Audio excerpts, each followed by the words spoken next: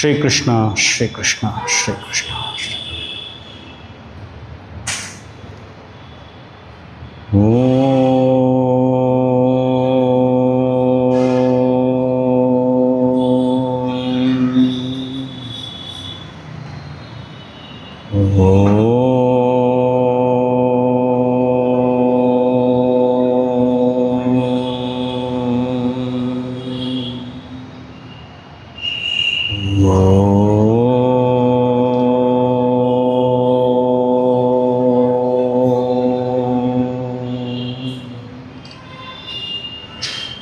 ಯೈರಿಮೇ ಗುರುಬೇ ಪೂರ್ವಂ ಪದವಾಕ್ಯ ಪ್ರಮಾಣತಃ ವ್ಯಾಖ್ಯಾತ ಸರ್ವವೇದಾಂತಾಃ ತಾನಿತ್ಯಂ ಪ್ರಣತೋಸ್ಮ್ಯಹಂ ಚಿನ್ಮಯಂ ವ್ಯಾಪಿ ಯತ್ ಸರ್ವಂ ತ್ರೈಲೋಕ್ಯಂ ಸಚರಾಚರಂ ತತ್ಪದಂ ದರ್ಶಿತಂ ಯೇನ ತಸ್ಮೈ ಶ್ರೀ ಗುರವೇ ನಮಃ. ಸಮಸ್ತಜನಕಲ್ಯಾಣೇ ನಿರತಂ ಕರುಣಾಮಯಂ ನಮಾಮಿ ಚಿನ್ಮಯಂ ದೇವಂ ಸದ್ಗುರುಂ ಬ್ರಹ್ಮವೇದ್ವರಂ. ಧ್ಯಾನಮೂಲಂ ಗುರೋರ್ಮೂರ್ತಿಃ ಪೂಜಾಮೂಲಂ ಗುರೋಃ ಪದಂ ಮಂತ್ರಮೂಲಂ ಗುರೋರ್ವಾಕ್ಯಂ ಮೋಕ್ಷಮೂಲಂ ಗುರೋಃ ಕೃಪಾ. ಮೋಕ್ಷಮೂಲಂ ಗುರೋಃ ಕೃಪಾ. ಗೀತೆಯ 6ನೇ ಅಧ್ಯಾಯದ ಚಿಂತನೆಯನ್ನು ಮಾಡ್ತಾ ಇದ್ದೀವಿ. 23 ಶ್ಲೋಕಗಳನ್ನು ನೋಡಿ ಆಯಿತು. ಈಗ 24 ಮತ್ತು 25 ಈ 2 ಶ್ಲೋಕಗಳನ್ನು ಒಟ್ಟಾಗಿ ಹೇಳ್ಕೊಡ್ತೇನೆ, ನಂತರ ರಿಪೀಟ್ ಮಾಡಿ. ಸಂಕಲ್ಪ ಪ್ರಭವಾನ್ ಕಾಮಾನ್ ತ್ಯಕ್ತ್ವಾ ಸರ್ವಾನ್ ಶೇಷತಃ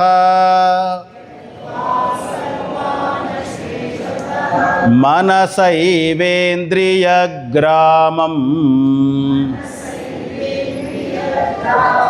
ವಿನಿಯಮ್ಯ ಸಮಂತತಃ ಶನೈ ಶನೈರುಪರಮೇತ್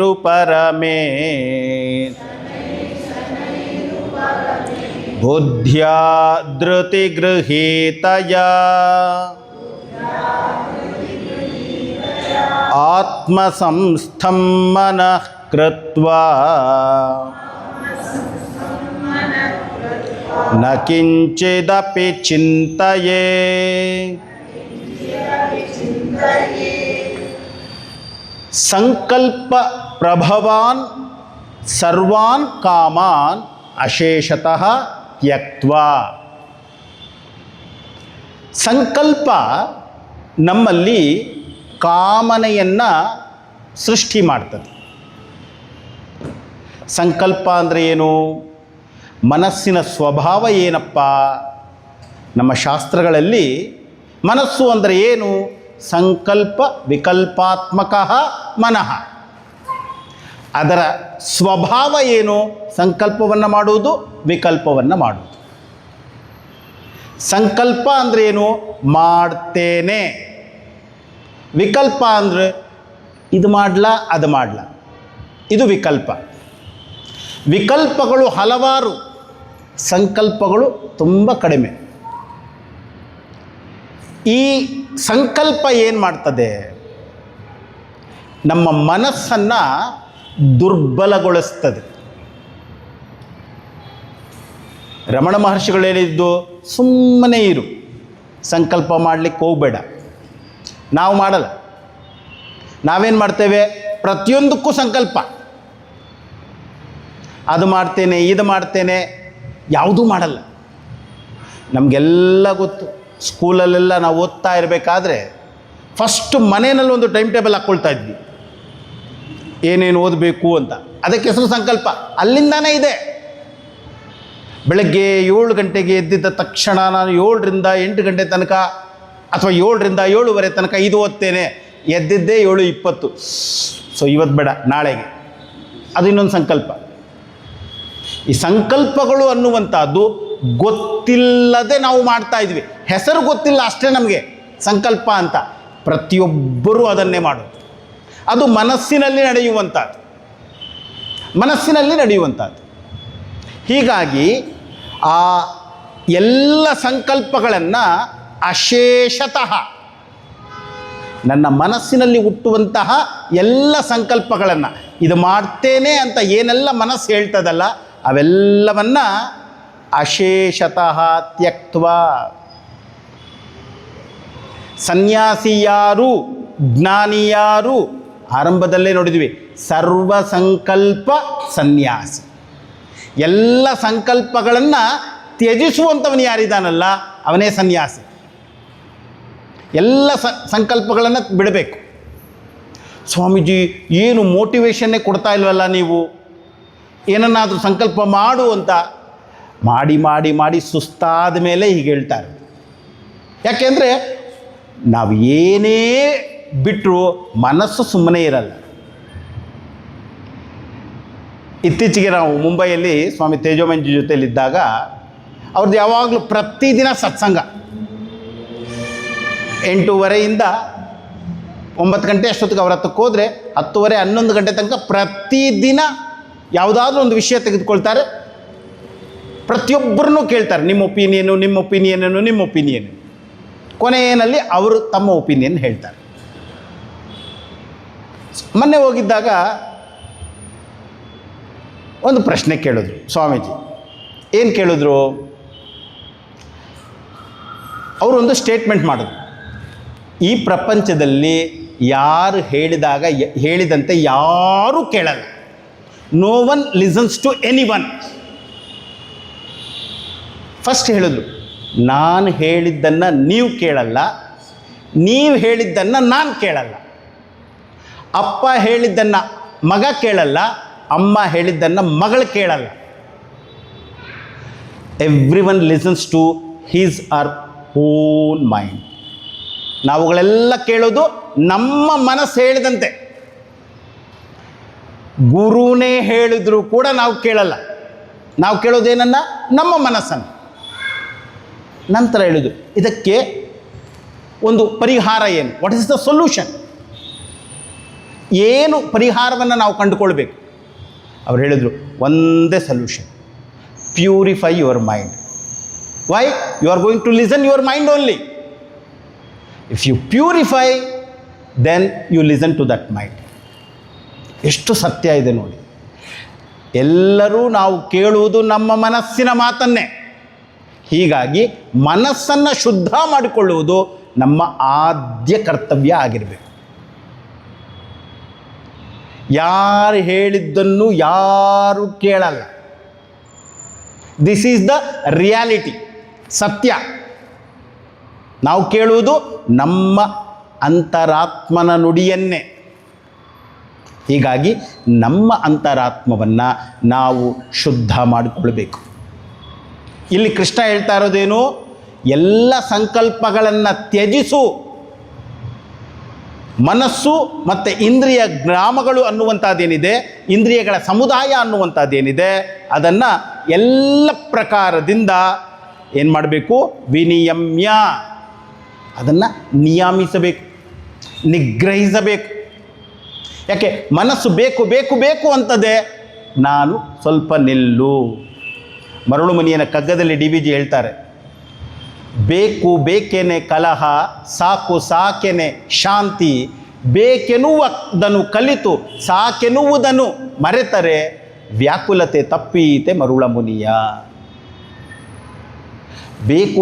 ಬೇಕು ಅಂದರೆ ಅಶಾಂತಿ, ಸಾಕು ಅಂದರೆ ಶಾಂತಿ. ನಾವೇನು ಮಾಡಿದ್ದೀವಿ? ಬೇಕೆನ್ನುವುದನ್ನು ಕಲ್ತಿದ್ದೇವೆ, ಸಾಕು ಅನ್ನುವುದನ್ನು ನಿಲ್ಲಿಸಿದ್ದೇವೆ. ಹೀಗಾಗಿ ಏನು ಮಾಡಬೇಕು? ಮನಸ್ಸು ಏನೇನೋ ಕೇಳ್ತದೆ, ಸಾಕು. ಆ ಕೇಳಬಾರ್ದು ಅಂದರೆ ಏನು ಮಾಡಬೇಕು? ನನ್ನನ್ನು ನಾನು ಸಾಧನೆಯಲ್ಲಿ ತೊಡಗಿಸಿಕೊಳ್ಬೇಕು. ನಾನು ಮತ್ತೆ ಹೇಳೋದು, ಒಬ್ಬ ಪಾರ್ಟ್ನರ್ ಮಾಡಿಕೊಳ್ಬೇಕು. ಒಂದೇ ಇಚ್ಛೆಯುಳ್ಳಂತಹ, ಶಾಸ್ತ್ರಾಧ್ಯಯನದಲ್ಲಿ ಆಸಕ್ತಿ ಉಳ್ಳಂತಹ ವ್ಯಕ್ತಿಯನ್ನು ಒಬ್ಬ ಪಾರ್ಟ್ನರ್ ಮಾಡ್ಕೊಳ್ಬೇಕು. ಎಲ್ಲ ಕಡೆನೂ ಇಷ್ಟೇ. ಯೋಗ ಅನ್ನುವಂಥದ್ದು ಇನ್ನೊಬ್ಬ ಜೊತೆಯಲ್ಲಿದ್ದರೆ ಬಂದು ಹೇಳಬೇಕು, ನಡಿ ಯೋಗಕ್ಕೆ ಹೋಗುವ ಅಂದರೆ ಮಾತ್ರ ನಾವು ಯೋಗ ಮಾಡೋದು. ನಾನೊಬ್ಬನೇ ಮಾಡ್ತೀನಿ, 1 2 3 4th ಡೇ ಸ್ಟಾಪ್. ಅದು ನ್ಯೂ ಇಯರಲ್ಲಿ. ಜಿಮ್ಗೆ ಹೋಗ್ಬೇಕಾದ್ರೂ ಕೂಡ ಇನ್ನೊಬ್ಬ ಪಾರ್ಟ್ನರ್ ಇದ್ರೇ ಹೋಗುವ ಅಂತ ಹೋಗೋದು, ಒಬ್ಬನೇ ನೋ. ನೀವು ಪ್ರಯತ್ನ ಪಟ್ಟಿದ್ದೀವಿ, ಎಲ್ಲರೂ ಮಾಡಿದ್ದೀವಿ ನಾವು ಇದನ್ನು. ನಮ್ಮ ಸ್ವಾಮೀಜಿ ನಮ್ಗೆ ಹೇಳಿದ್ರು, ಮೇಕ್ ಎ 1 ಪಾರ್ಟ್ನರ್. ಸೊ ಪ್ರತಿನಿತ್ಯ ನಾವು ಓದ್ತೇವೆ. ನನಗಿಷ್ಟ ಇಲ್ಲ ಅಂದರೆ ಅವ ಫೋನ್ ಮಾಡ್ತಾನೆ, ಅವ ಇರ್ತಾನೆ, ಅವನಿಗಿಷ್ಟ ಇಲ್ಲ ಅಂದರೆ ನಾನು ರೆಡಿ ಇರ್ತೀನಿ. ಹೀಗಾಗಿ ಆ ಮನಸ್ಸಿಗೆ ಶಿಕ್ಷಣವನ್ನು ಕೊಡೋದಿದೆಯಲ್ಲ, ಆ ಶುದ್ಧ ಮಾಡೋದಿದೆಯಲ್ಲ, ಅದು ಬಹಳ ಬಹಳ ಮುಖ್ಯ. ಹೇಗೆ ಮಾಡಬೇಕು? ಒಂದೇ ಸತಿ ಮಾಡಬೇಕಾ? ಇಲ್ಲ. ಶನೈ ಶನೈ ಉಪರಮೇತ್. ನಮ್ಮಲ್ಲಿ ನವಗ್ರಹಗಳು ಅಂತ ಇದೆ. ಆ ನವಗ್ರಹಗಳಲ್ಲಿ ಶನಿ ಅಂತ ಇದ್ದಾನೆ. ಆ ಶನಿಗೆ ಇನ್ನೊಂದು ಹೆಸರು ಶನೈಶ್ಚರ ಅಂತ. ನೀವು ಏನು ಸ್ವಾಮೀಜಿ ತಪ್ಪು ಬರೆದು ಬಿಟ್ಟಿದ್ದೀರಲ್ಲ, ಶನೈಶ್ಚರ ಅದು ಶನೀಶ್ವರ ಅಲ್ವಾ? ಶನೀಶ್ವರನೂ ಕರೆಕ್ಟು, ಶನೈಶ್ಚರನೂ ಕರೆಕ್ಟ್. ಶನೈಹಿ ಅಂದರೆ ನಿಧಾನವಾಗಿ ಅಂತ. ಇರುವ ಎಲ್ಲ ಗ್ರಹಗಳಲ್ಲಿ ತುಂಬ ಹೆಚ್ಚು ಸಮಯ ಸೂರ್ಯನನ್ನು ಸುತ್ತಲಿಕ್ಕೆ ಯಾರಿಗೆ ಬೇಕು ಅಂದರೆ ಶನಿಗೆ. ಮರ್ಕ್ಯುರಿ ಬುಧ ಇದನ್ನಲ್ಲ, 1 ವರ್ಷದಲ್ಲಿ 4 ರೌಂಡ್ ಆಗ್ತಾನೆ ಸೂರ್ಯನಿಗೆ. 1 ವರ್ಷದಲ್ಲಿ 4, 80 ದಿನ ಸಾಕು ಅವನಿಗೆ 1 ರೌಂಡ್ ಹಾಕಲಿಕ್ಕೆ. Because is closest to sun. Farthest ಯಾರಪ್ಪ ಅಂದರೆ ಶನಿ. ಆದ್ದರಿಂದ ಶನಿಯನ್ನು ಮಂದಗ್ರಹ ಅಂತ ಕರಿತೀವಿ. 30 ಇಯರ್ಸ್ ಬೇಕು ಅವನಿಗೆ 1 ರೌಂಡ್ ಹಾಕಬೇಕಾದ್ರೆ, 30 ವರ್ಷ. ನಮ್ಮೆಲ್ಲರ ಬದುಕಿನಲ್ಲಿ ಮ್ಯಾಕ್ಸಿಮಮ್ 2 ಸತಿ ಬರ್ಬೋದು, ಹೆಚ್ಚು ಪಾಪ ಮಾಡಿದರೆ 3 ಸತಿ ಬರ್ತದೆ, 90 ವರ್ಷ ಆಗ್ತದೆ.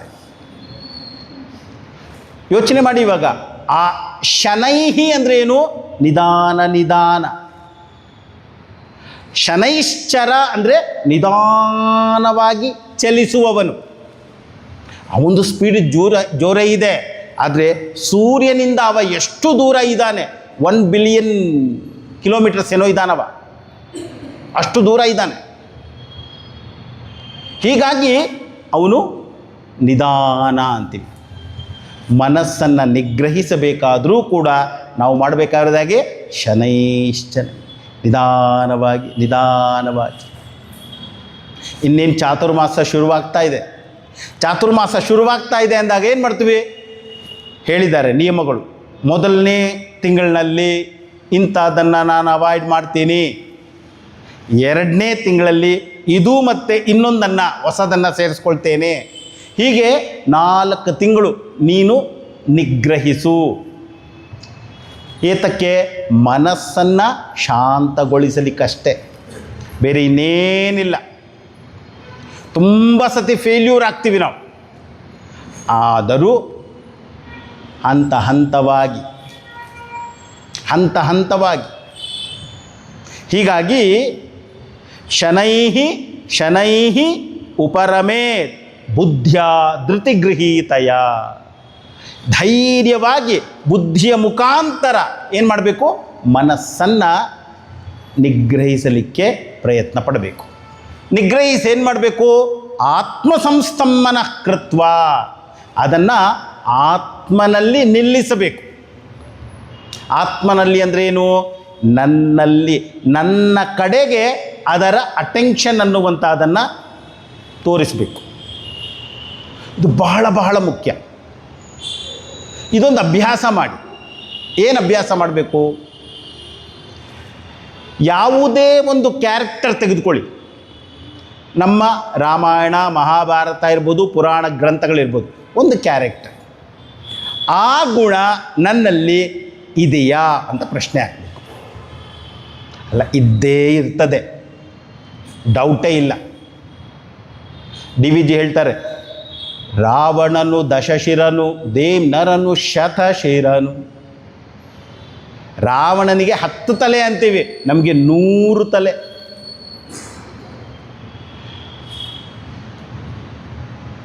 ಉಪನಿಷತ್ ಹೇಳ್ತದೆ, ವೇದಗಳು ಹೇಳ್ತದೆ, ಸಹಸ್ರಶೀರ್ಷ ಪುರುಷ.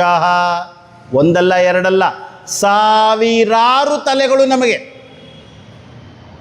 ಇದನ್ನು ತಿಳಿಸಲಿಕ್ಕೆ ಪುರಾಣಗಳು ಕತೆ ಹೇಳ್ತದೆ. ಇವಾಗ ಹಾವಿದೆ, ಪಕ್ಷಿ ಇದೆ. ಪುರಾಣದ ಪ್ರಕಾರ ಅವರೆಲ್ಲ ನಮ್ಮ ಕಸಿನ್ಸೇ. ಯಾಕೆ? ಕಶ್ಯಪ ಅಂತ ಒಬ್ಬ ಇದ್ದ, ಅವನಿಗೆ 13 ಜನ ಹೆಂಡತಿಯರು. ರಾಕ್ಷಸರು ಅವನ ಮಕ್ಕಳೇ, ದೇವರು ಅವನ ಮಕ್ಕಳೇ, ಪಕ್ಷಿಗಳು ಅವನ ಮಕ್ಕಳೇ, ಹಸುಗಳು ಅವನ ಮಕ್ಕಳೇ, ಹಾವುಗಳು ಅವನ ಮಕ್ಕಳೇ. ನಿಯಮ ಉಂಟು, ನಿಮಗೆ ಗೊತ್ತಿಲ್ವ? ಗೋತ್ರ ಅಗೋತ್ರಸ್ಯ ಕಶ್ಯಪೋ ಗೋತ್ರ. ಗೋತ್ರ ಇಲ್ಲದವನಿಗೆ ಕಶ್ಯಪ ಗೋತ್ರ. ಹಾವುದು ಕೂಡ ಕಶ್ಯಪ ಗೋತ್ರವೇ, ಪಕ್ಷಿದು ಕೂಡ ಕಶ್ಯಪ ಗೋತ್ರವೇ, ಎಲ್ಲರದ್ದು ಕಶ್ಯಪ ಗೋತ್ರವೇ. ಅಂದ್ರೇನು? ನಮಗೆಲ್ಲ ಅವ್ರ ಕಸಿನ್ಸೇ. ಸರ್ವಾತ್ಮ ಭಾವ ಬರಬೇಕು. ಯಾಕೆ? ಈ ಆಲೋಚನೆ ಬರಬೇಕು. ಒಂದು ಕ್ಯಾರೆಕ್ಟರ್ ತೆಗೆದುಕೊಳ್ಳಿ, ನಮ್ಮ ಬದುಕಿನ ಜೊತೆಯಲ್ಲಿ ನೋಡಿ ನೀವು.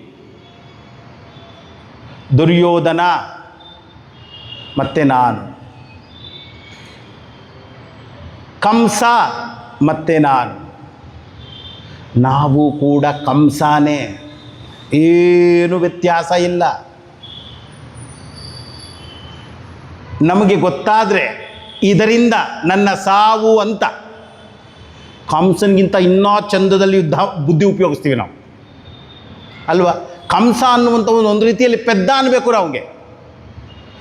ತನ್ನ ತಂಗಿಯ 8ನೇ ಮಗ ಅನ್ನುವಂಥವನಿಂದ ತನ್ನ ಮೃತ್ಯು ಅಂತ ಕಂಸನಿಗೆ ಗೊತ್ತಾಯಿತು. ನಾವಾಗಿದ್ದಿದ್ರೆ ಸುಮ್ಮನೆ ಕೂತ್ಕೊಂಡು ಯೋಚನೆ ಮಾಡಿ, ಆ ಸನ್ನಿವೇಶದಲ್ಲಿ ನಾನೇ ಕಂಸ ಆಗಿದ್ದಿದ್ರೆ ಕಂಸನಿಗಿಂತ ಬ್ರಿಲಿಯಂಟ್ ಥಾಟ್ಸ್ ನಮ್ಮ ತಲೆಯಲ್ಲಿತ್ತು ಅಲ್ವಾ? ಯಾರು ಕಂಸ ಹಾಗಾದರೆ? ನಾನೇ ತಾನೇ. ರಾಮನೂ ನನ್ನೊಳಗಡೆನೇ ಇದ್ದಾನೆ, ರಾವಣನೂ ನನ್ನೊಳಗಡೆನೇ ಇದ್ದಾನೆ. ರಾಮನೂ ಕೂಡ ಮನಸ್ಸಿನ ಒಂದು ವೃತ್ತಿ, ರಾವಣನೂ ಕೂಡ ಒಂದು ಮನಸ್ಸಿನ ವೃತ್ತಿ. ನನ್ನ ಮನಸ್ಸನ್ನು ರಾಮನಲ್ಲಿ ತಂದು ನಿಲ್ಲಿಸುವುದಕ್ಕೆ ಹೆಸರು ಆತ್ಮಸಂಸ್ಥಂ ಮನಃಕೃತ್ವ. ನನಗೆ ಚಾಯ್ಸ್ ಇದೆ, ರಾವಣನಲ್ಲೂ ನಿಲ್ಲಿಸಬಹುದು, ರಾಮನಲ್ಲೂ ನಿಲ್ಲಿಸಬಹುದು.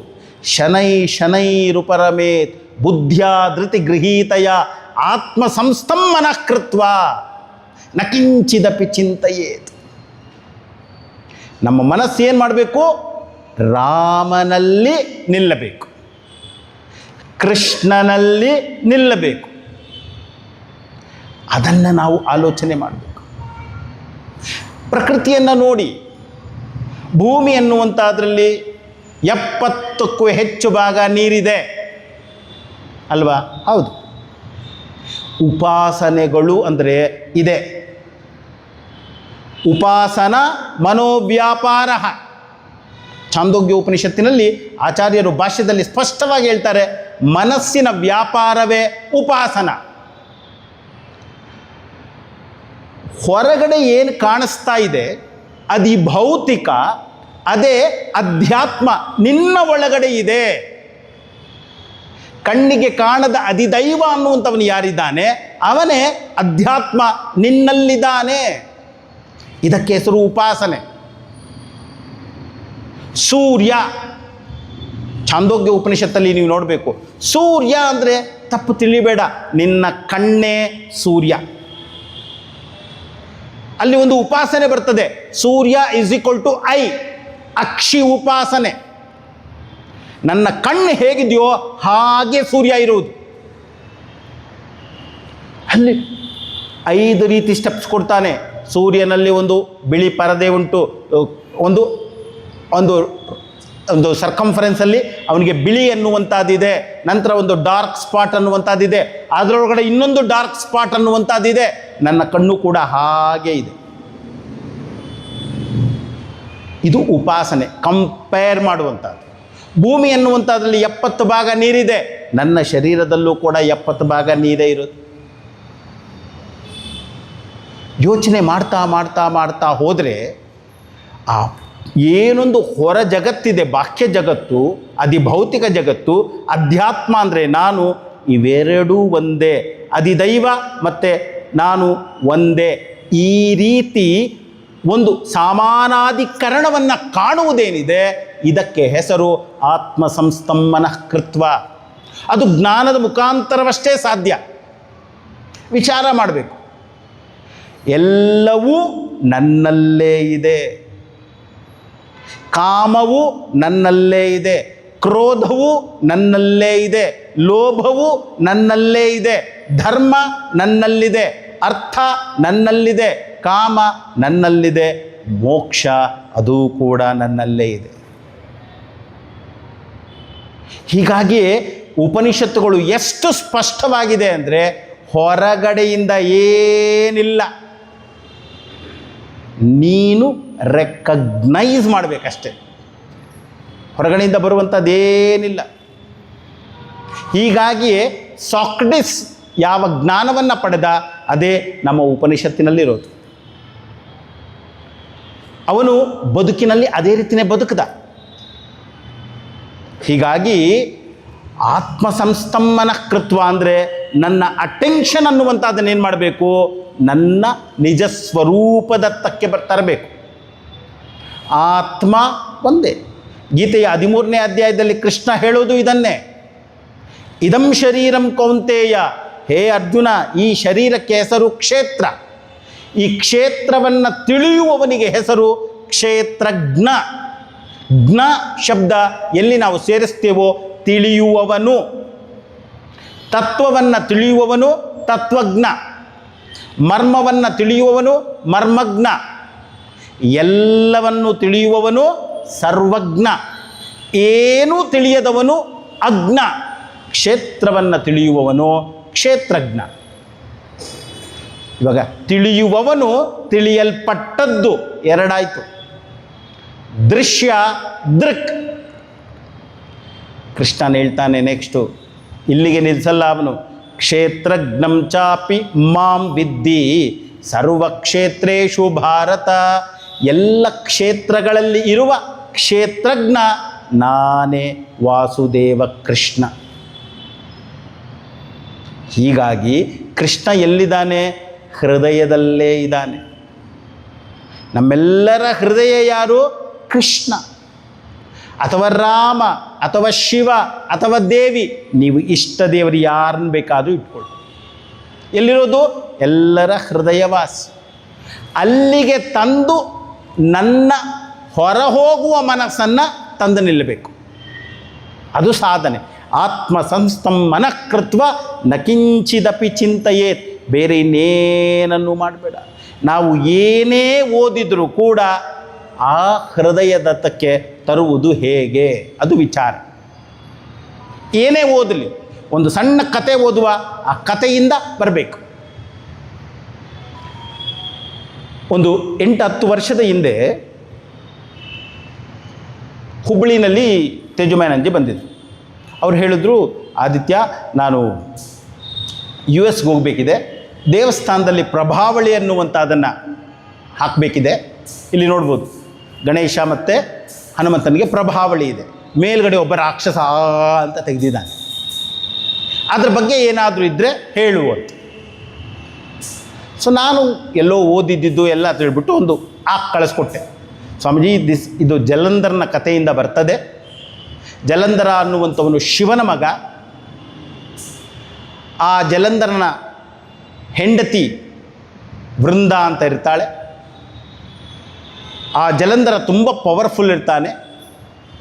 ಆ ನಂತರ ಅದಕ್ಕೆ ರಾಮಾಯಣಕ್ಕೂ ಕೂಡ ಅದೇ ಮೂಲ ಕಥೆ ಅನ್ನುವಂಥದ್ದೆಲ್ಲ ಕಥೆ ಹೇಳಿ, ಈ ಕೀರ್ತಿಮುಖ ಅನ್ನುವಂಥವನೊಬ್ಬ ಇರ್ತಾನೆ. ಆ ಕೀರ್ತಿಮುಖ ಅನ್ನುವಂಥವನು ಶಿವನ ಜಟೆಯಿಂದ ಹುಟ್ಟಿದ್ದಾನೆ. ಅವನು ನಾನು ಏನು ಮಾಡಲಿ ಅಂತ ಕೇಳ್ತಾ ಇದ್ದ. ಶಿವ ಹೇಳ್ದ, ನಿನಗೆ ಕೆಲಸ ಇಲ್ಲ, ಸುಮ್ಮನೆ ಇರು ಅಂದ. ಇಲ್ಲ, ನನಗೇನಾದರೂ ತಿನ್ಲಿಕ್ಕೆ ಕೊಡು ಅಂದ. ಕೈಲಾಸದಲ್ಲಿರೋ ಎಲ್ಲ ಐಟಮ್ಸ್ ಕೊಟ್ಟರು ಅವನ ಹಸಿವು ಅನ್ನುವಂಥದ್ದು ಇಂಗಲಿಲ್ಲ. ಕೊನೆಗೆ ಶಿವ ಹೇಳ್ದ, ನಿನ್ನ ಕಾಲಿಂದ ನೀನೇ ತಿಂದ್ಕೊಂಡು ಬಾ ಅಂದ. ಅವ ಕಾಲನ್ನು ತಿಂದ, ಮಂಡಿ ತಿಂದ, ಇಲ್ಲಿಗೆ ಬಂದ. ಆವಾಗ ಶಿವ ಹೇಳ್ದ, ನನ್ನ ಮೇಲೆ ಇಷ್ಟು ಗೌರವದಿಂದ ನೀನು ನನಗೆ ಗೌರವವನ್ನು ಕೊಟ್ಟು ನನ್ನ ಮಾತನ್ನು ನಡೆಸಿದ್ಯಾ. ಇನ್ನು ಮುಂದೆ ಎಲ್ಲ ದೇವಾಲಯಗಳಲ್ಲಿ ದೇವರಿಗಿಂತ ಮೇಲೆ ನಿನ್ನ ಒಂದು ಚಿತ್ರ ಇರಲಿ, ಅದೇ ಪ್ರಭಾವಳಿ. ದೇವಸ್ಥಾನದ ದ್ವಾರದಲ್ಲೂ ಕೂಡ ನಮಗೆ ಕಾಣಿಸ್ತದೆ. ಕತೆ ಹೇಳಿದೆ. ಹಾಗೆ ಹೇಳಾದಮೇಲೆ ಸ್ವಾಮೀಜಿ ಹತ್ತಕ್ಕೂ ಬಂದು ಹೇಳಿದೆ ಈ ರೀತಿ ಇತ್ತು ಅಂತ. ಸ್ವಾಮೀಜಿ ಇನ್ನೊಂದು ಐಡಿಯಾ ಕೊಟ್ಟರು, ಇನ್ನೊಂದು ವಿಚಾರ ಮಾಡಿ. ಏನು ವಿಚಾರ ಹೇಳಿದ್ರು? ದೇವರಿಗಿಂತ ದೊಡ್ಡದಾಗಿ ಕಾಣಿಸೋದು ಯಾವುದು?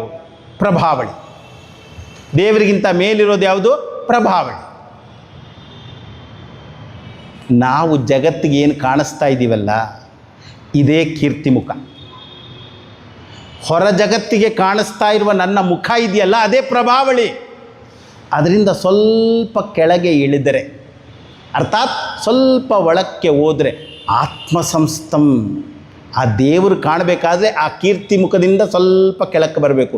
ನೀನು ಸ್ವಲ್ಪ ಈ ದೇಹವನ್ನು ಮೀರಿ ಒಳಕ್ಕೆ ಹೋದಾಗ ಅಲ್ಲಿ ನಿರ್ಗುಣ ನಿರಾಕಾರನಾದಂತಹ ಸಚ್ಚಿದಾನಂದ ಸ್ವರೂಪನಾದಂತಹ ಆ ಬ್ರಹ್ಮ, ಆತ್ಮ, ರಾಮ ಏನು ಬೇಕಾದರೂ ಹೇಳಿ ಅವ ಇದ್ದಾನೆ. ಒಂದೇ ದೃಷ್ಟಾಂತ. ನಾನು ನೋಡುವ ದೃಷ್ಟಿ ಅನ್ನುವಂಥದ್ದು ನನಗೆ ಹೊಸ ದೃಷ್ಟಿಕೋನವನ್ನು ಕೊಡ್ತದೆ. ಹೀಗಾಗಿ ನ ಕಿಂಚಿದಪಿ ಚಿಂತೆಯೇ, ಬೇರೆ ಇನ್ನೇನನ್ನೂ ಚಿಂತನೆ ಮಾಡಬೇಡ ಅಂದರೆ ಹಾಗೆ ಯೋಚನೆ ಮಾಡ್ತಾ ಮಾಡ್ತಾ ಮಾಡ್ತಾ ಹೋಗಬೇಕು. ಹೊಸ ಹೊಸ ಆಲೋಚನೆಗಳು ಅನ್ನುವಂಥದ್ದು ಬರ್ತದೆ. ರಾಮನ ಚಿತ್ರ ನೋಡಿರ್ತೀವಿ ನಾವು. ರಾಮನ ಕಾಲು ಹೇಗಿದೆ ನೋಡಿದ್ದೀರಾ ಅಂದರೆ ಇಲ್ಲ. ಯಾಕೆ? ಸುಮ್ಮನೆ ನೋಡ್ಬಿಟ್ಟು ಬಂದುಬಿಟ್ಟಿದ್ದೀವಿ ನಾವು. ರಾಮನ ಕಾಲನ್ನುವಂಥದ್ದು ಎರಡು ಈಗಿದ್ದಾಗಿಲ್ಲ. ಕೃಷ್ಣಂದು ಗೊತ್ತು ಅಡ್ಡ ಇಟ್ಕೊಂಡಿದ್ದಾನೆ, ರಾಮಂದು ಈಗಿಲ್ಲ ನೇರವಾಗಿ. ಮತ್ತು ಹೇಗಿದೆ? ಬಲಗಾಲ ಅನ್ನುವಂಥದ್ದು ಈಗಿದೆ. ಹೌದಾ? ಆವಾಗ ಇನ್ನೊಂದು ಸತಿ ನೋಡ್ತೀವಿ ನಾವು. ನಾವು ಮತ್ತೊಮ್ಮೆ ನೋಡ್ತೇವೆ, ಮತ್ತೊಮ್ಮೆ ನೋಡಿದಾಗಲೇ ನೆನಪಿರೋದು. ಹೀಗಾಗಿ ಒಂದು ಶ್ಲೋಕ ನಾನು ನೋಡ್ತೇನೆ, ಮತ್ತೊಮ್ಮೆ ಅದೇ ಶ್ಲೋಕವನ್ನು ನೋಡಿದಾಗ ಹೊಸ ಅರ್ಥ ಬರ್ತದೆ, ಹೊಸ ಆಲೋಚನೆ ಅನ್ನುವಂಥದ್ದು ಹುಡ್ತದೆ. ಹೀಗಾಗಿ ಪ್ರತಿಯೊಂದನ್ನು ಕೂಡ ವಿಚಾರ ಮಾಡ್ತಾ ಹೋಗೋದು. ಆ ವಿಚಾರ ಮಾಡ್ತಾ ಹೋದ ಹಾಗೆ ನಮಗೆ ಗೊತ್ತಾಗ್ತಾ ಆಗುತ್ತೆ ಹೊಸ ಹೊಸ. ಇಲ್ಲಿ ಇಷ್ಟು ಸೊಗಸಾಗಿ ಹೇಳಿದ್ದಾರೆ, ಆತ್ಮಸಂಸ್ಥಂ ಮನಃಕೃತ್ವ ನ ಕಿಂಚಿದಪಿ ಚಿಂತೆಯೇತ್. ಮನಸ್ಸು ಅನ್ನುವಂಥದ್ದು ಆತ್ಮನಲ್ಲಿ ನಿಂತಾಗ, ತಪೋನ್ ಮಹಾರಾಜರು ಈ ಆತ್ಮಸಂಸ್ಥ, ಬುದ್ಧಿ ಸಂಸ್ಥ ಈ ಶಬ್ದಗಳನ್ನು ತುಂಬ ಉಪಯೋಗಿಸ್ತಾರೆ. ಆತ್ಮಸಂಸ್ಥಂ ಮನಃಕೃತ್ವ, ಬುದ್ಧಿ ಸಂಸ್ಥಂ ಮನಃಕೃತ್ವ, ಅಲ್ಲಿ ನಿಲ್ಲಿಸುವುದು ಮನಸ್ಸನ್ನು. ನ ಕಿಂಚಿದಪಿ ಚಿಂತೆಯೇತ್, ಬೇರೆ ಇನ್ನೇನನ್ನು ಮಾಡಬೇಡ. ರೆವೆಲ್, ಅಲ್ಲೇ ನೀನು ಅದೇ ತತ್ವದಲ್ಲಿ ಮುಳುಗು. ಆ ತತ್ವದಲ್ಲಿ ಮುಳುಗುವುದು ಅಂದ್ರೇನು? ಅದನ್ನು ವಿಚಾರ ಮಾಡುವುದು. ಈ ವಿಚಾರ ಮಾಡಿದಾಗ ನಮಗೇನಾಗುತ್ತೆ? ಅಲ್ಲಿ ಸ್ಪಷ್ಟತೆ ಬರ್ತದೆ. ನಂತರ ಇನ್ನೊಂದು ಸಾಧನೆ ಏನದು? ಯತೋ ಯತೋ ನಿಶ್ಚರತಿ ಮನಶ್ಚಂಚಲಮಸ್ಥಿರಂ ತತಸ್ತತೋ ನಿಯಮ್ಯೈತದ್ ಆತ್ಮನ್ಯೇವ ವಶಂ ನಯೇತ್. ಯತೋ ಯತೋ ನಿಶ್ಚರತಿ, ಯಾವಾಗ ಯಾವಾಗ ಮನಸ್ಸು ಅನ್ನುವಂಥದ್ದು ಬಾಹ್ಯ ವಿಷಯಗಳ ಕಡೆಗೆ ಹೋಗ್ತದೋ ಇಮಿಡಿಯೇಟಾಗಿ ಅದನ್ನು ಹೇಳ್ಕೊಂಡು ಬಾ. ತುಂಬ ಕಷ್ಟ. ಯಾಕೆ? ಎಷ್ಟೋ ಹೊತ್ತಾದ್ಮೇಲೆ ಗೊತ್ತಾಗುತ್ತೆ, ಓ ನಾನು ಧ್ಯಾನಕ್ಕೆ ಅಂತ ಕೂತಿದ್ದೀನಿ ಅಂತ. ನಮ್ಮ ಮನಸ್ಸು ಧ್ಯಾನಕ್ಕೆ ಅಂತ ಕೂತ್ಕೊಳ್ತೀವಿ ಅಥವಾ ಜಪ ಮಾಡಲಿಕ್ಕೆ ಅಂತ ಕೂತ್ಕೊಳ್ತೀವಿ. ಶ್ರೀರಾಮ್ ಜಯರಾಮ್ ಜೈ ಜಯರಾಮ್ ಅಂದಿದ ತಕ್ಷಣ ಜಯರಾಮ ನೆನಪಾಗ್ತಾನೆ ನಮಗೆ. ಯಾವ ಜಯರಾಮ? ಎಲ್ಲೋ ಇದ್ದಾವ. ನಂತರ ಆ ಜಯರಾಮನಿಂದ ಎಲ್ಲೆಲ್ಲೋ ಹೋಗಾದ ಮೇಲೆ ಯಾಕೆ ಇಲ್ಲಿಗೆ ಬಂದೆ? ರಮಣ ಮಹರ್ಷಿಗಳು ಹೇಳ್ತಾರೆ, ಇದು ಒಳ್ಳೆಯದೇ, ಇವಾಗ ವೀಕ್ಷಣ ಪ್ರಾಣಾಯಾಮ ಮಾಡು ಅಂತಾರೆ. ಏನು ವೀಕ್ಷಣ ಪ್ರಾಣಾಯಾಮ? ಎಲ್ಲೋ ಇದ್ದೀನಿ ನಾನು, ಅಲ್ಲಿಂದ ಇಲ್ಲಿಗೆ ಹೇಗೆ ಬಂದೆ? ಓ ಈ ಕಾರಣದಿಂದ ಬಂದೆ. ಈ ಕಾರಣ ಯಾಕೆ ಬಂತು? ಈಗ ಬಾ ಈಗ ಬಾ ಈಗ ಬಾ ಈಗ ಬಾ ಬರ್ ಕೊನೆಗೆ ಗೊತ್ತಾಗ್ತು, ಓ ಜಯರಾಮನಿಂದ ಇದೆಲ್ಲ ಶುರುವಾಯಿತು. ಇದು ಒಂದು ಸಾಧನೆ, ಇದೊಂದು ಸಾಧನೆ. ಉಸಿರಾಟವನ್ನು ಗಮನಿಸು. ನಾವು ಮುಂಬೈಯಲ್ಲಿ ಸೇರಿದಾಗ ಫಸ್ಟ್ ನಮ್ಮ ಆಚಾರ್ಯ ಹೇಳಿದ್ದಷ್ಟೇ, ಉಸಿರನ್ನು ತೆಗೆದಾಗ ಹರಿ, ಉಸಿರನ್ನು ಬಿಟ್ಟಾಗ ಓಂ, ಹರಿ ಓಂ, ಹರಿ ಓಂ. ಬಲಗಾಲಿಟ್ಟಾಗ ಹರಿ, ಎಡಗಾಲಿಟ್ಟ ಓಂ, ಹರಿ ಓಂ, ಹರಿ ಓಂ. ರೂಮಿಂದ ನಾವು ಹೊರಗೆ ಬಂದರೆ ಮನಸ್ಸಿನಲ್ಲಿ ಬರ್ತಾ ಇದ್ದಿದ್ದು ಹರಿ ಓಮೇ ಜಪ. ಯಾಕೆ? ಇದು ಸಾಧನೆ ಮಾಡು. ಆಗ ನಾವು 2 ವರ್ಷ ಮಾಡಿದ್ದು. ಈವಾಗಲೂ ಮೆಟ್ಲತ್ಲಿಕ್ಕೆ ಹೋದರೆ ಮನಸ್ಸಿನಲ್ಲಿ ಬರೋದೇ ಮೊದಲು ಹರಿ ಓಂ. ಯಾಕೆ? ಅಭ್ಯಾಸ ಮಾಡಿಸ್ಬೇಕಷ್ಟೇ. ಅಭ್ಯಾಸ ಮಾಡಿಸಿದ್ರೆ ಮನಸ್ಸು ಕಲಿತದೆ. ಈ ಚಂಚಲವಾದ ಮನಸ್ಸು ಯಾವಾಗ ಹೊರಗೆ ಹೋಗುತ್ತೋ ಆಗ ಒಳಕ್ಕೆ ಕರ್ಕೊಂಡು ಬಾ. ಆ ಒಳಕ್ಕೆ ಕರ್ಕೊಂಬರುವುದೇನಿದೆಯಲ್ಲ ಅದೇ ಸಾಧನೆ. ನಿಮಗೆಲ್ಲ ಗೊತ್ತಿರ್ಬೋದು, ಬ್ರಹ್ಮಚೈತನ್ಯ ಗೊಂದೋಲೇಕರ್ ಮಹಾರಾಜ್ ಅಂತ ಒಬ್ಬ ದೊಡ್ಡ ಸಂತರಾಗೋದು. ನಮ್ಮ ಸಚ್ಚಿದಾನಂದೇಂದ್ರ ಜ್ಞಾನೇಂದ್ರ ಸಚ್ಚಿದಾನಂದೇಂದ್ರ ಹೊಳೆ ನರಸಿಂಹ ಸ್ವಾಮೀಜಿಗಳಿದ್ದಾರಲ್ಲ, ಅವರು ನಂಬ್ತಾ ಇದ್ದಿದ್ದು ಒಬ್ಬರನ್ನೇ, ಬ್ರಹ್ಮಚೈತನ್ಯರನ್ನು. ಶಂಕರರು ಮತ್ತು ಬ್ರಹ್ಮಚೈತನ್ಯರು. ನೀವು ಅಲ್ಲಿಗೋದ್ರೆ ದೊಡ್ಡ ಫೋಟೋ ಇದೆ ಬ್ರಹ್ಮಚೈತನ್ಯರದ್ದು. 13 ಕೋಟಿ ರಾಮ ಜಪ ಅಂತ, 13 ಕೋಟಿ ರಾಮ ಜಪ ಮಾಡಿಸೋದು. ಯಾಕೆ? ಓಂ ಶ್ರೀರಾಮ್ ಜೈ ರಾಮ್ ಜೈ ಜೈ ರಾಮ್ ಅಂದರೆ ಒಟ್ಟು 13 ಅಕ್ಷರ ಆಗುತ್ತೆ. ಒಂದೊಂದು ಅಕ್ಷರವನ್ನು 1 ಕೋಟಿ ಸತಿ ಚಿಂತಾಮಣಿಯಲ್ಲಿ ಮಾಡಿಸಿದ್ದಾರೆ. ಅವರು ಎಲ್ಲೆಲ್ಲಿ ಹೋಗ್ತಾರೋ ಎಲ್ಲ ಕಡೆ ಮಾಡಿಸಿದ್ದಾರೆ. ಬೆಂಗಳೂರಿನಲ್ಲೂ ಮಾಡಿಸಿದ್ದಾರೆ, ಹನುಮಂತ ನಗರದಲ್ಲಿ, ಬೆಂಗಳೂರಿಗೂ ಬಂದಿದ್ದಾರೆ. ಅವರ ಶಿಷ್ಯ ಬ್ರಹ್ಮಾನಂದರು ಅಂತ ಸಂಸ್ಕೃತದಲ್ಲಿ ಮಾತನಾಡ್ತಾ ಇದ್ರಂತವ್ರು. ಯಾರ ಹತ್ರ ಹೋಗಿ? ಬ್ರಹ್ಮಚೈತನ್ಯರ ಹತ್ರ. ಅವ್ರು ಹೇಳಿದಂತೆ ಶ್ರೀರಾಮ್ ಜೈ ರಾಮ್ ಜೈ ಜೈ ರಾಮ್ ಮಾಡು ಅಂತ. ಆವತ್ತಿನಿಂದ ಅವರು ಸಂಸ್ಕೃತ ಮಾತನಾಡೋದನ್ನು ಬಿಟ್ಟು ಎಲ್ಲ ಸಮಯದಲ್ಲೂ ಶ್ರೀರಾಮ್ ಜೈ ರಾಮ್ ಜೈ ಜೈ ರಾಮ್. ಅಂಥ ದೊಡ್ಡ ಸಂತರು. ಅವ್ರ ಹತ್ರಕ್ಕೆ ಒಬ್ಬ ಹೋಗ್ತಾನೆ. ಹೋಗ್ಬಿಟ್ಟು ಏನು ಸಾಧನೆ ಮಾಡಲಿ ಅಂತ. ಬ್ರಹ್ಮಚೈತನ್ಯರು ಒಂದು ಮಾಲೆ ತೆಗೆದುಕೊಂಡು ಬಂದವರೆಲ್ರಿಗೂ ಒಂದು ಮಾಲೆ ಕೊಡ್ತಾಯಿದ್ರು. ನೀವು ಇವತ್ತಿಗೂ ಗೊಂದಾವಲೆಗೆ ಹೋದರೆ ಅಲ್ಲಿ ನನಗೆ ಗೊತ್ತಿರೋ ಪ್ರಕಾರ 100-200 ರೂಮ್ಸ್ ಕಟ್ಟಿದ್ದಾರೆ. ಯಾರೇ ಜಪ ಮಾಡ್ತೀನಿ ಅಂದರೆ ಶ್ರೀರಾಮ್ ಜೈ ರಾಮ್ ಜೈ ಜೈ ರಾಮ್ ಮಾಲೆ ಕೊಡ್ತಾರೆ. ರೂಮಲ್ಲಿರು, ಬ್ರೇಕ್ಫಾಸ್ಟ್ ಲಂಚ್ ಡಿನ್ನರ್ 3 ಕೊಡ್ತೇವೆ, ಇರು ಜಪ ಮಾಡು ಅಷ್ಟೇ. ಜಪ ಮಾಡ್ತೀನಿ ಅಂದರೆ ಕೊಡ್ತಾರೆ. ಸೊ ಜಪ ಮಾಲೆ ಕೊಟ್ಟರು, ಶ್ರೀರಾಮ್ ಜೈ ರಾಮ್ ಜೈ ಜೈ ರಾಮ್. ಕೊಟ್ಟಿದ್ದ ತಕ್ಷಣವೇ ಇಮಿಡಿಯೇಟ್ ನಮ್ಮದು ಪ್ರಶ್ನೆ, ಎಷ್ಟು ಮಾಡಬೇಕು ನಾನು? ನಮ್ಮ ಪ್ರಶ್ನೆ ಏನು? ಎಷ್ಟು ಮಾಡಬೇಕು? ಎಷ್ಟು ಮಾಡೋಕ್ಕಾಗುತ್ತೋ ಅಷ್ಟು ಮಾಡು. ಜಪಮಾಲೆ ಕೊಟ್ಟರು. ಆಯಿತು, ಅವನೊಂದು ತಿಂಗಳು 2 ತಿಂಗಳಾದಮೇಲೆ ಮತ್ತೆ ಬ್ರಹ್ಮಚೈತನ್ಯರ ಹತ್ರಕ್ಕೆ ಹೋಗ್ತಾನೆ. ಮಹಾರಾಜ್, ಇವಾಗ ನಾನು ಸಾಧನೆಯಲ್ಲಿ ಮುಂದುವರಿತಾ ಇದ್ದೀನಿ ಅಂತ ನಂಗೆ ಗೊತ್ತಾಗೋದೆ ಹೇಗೆ?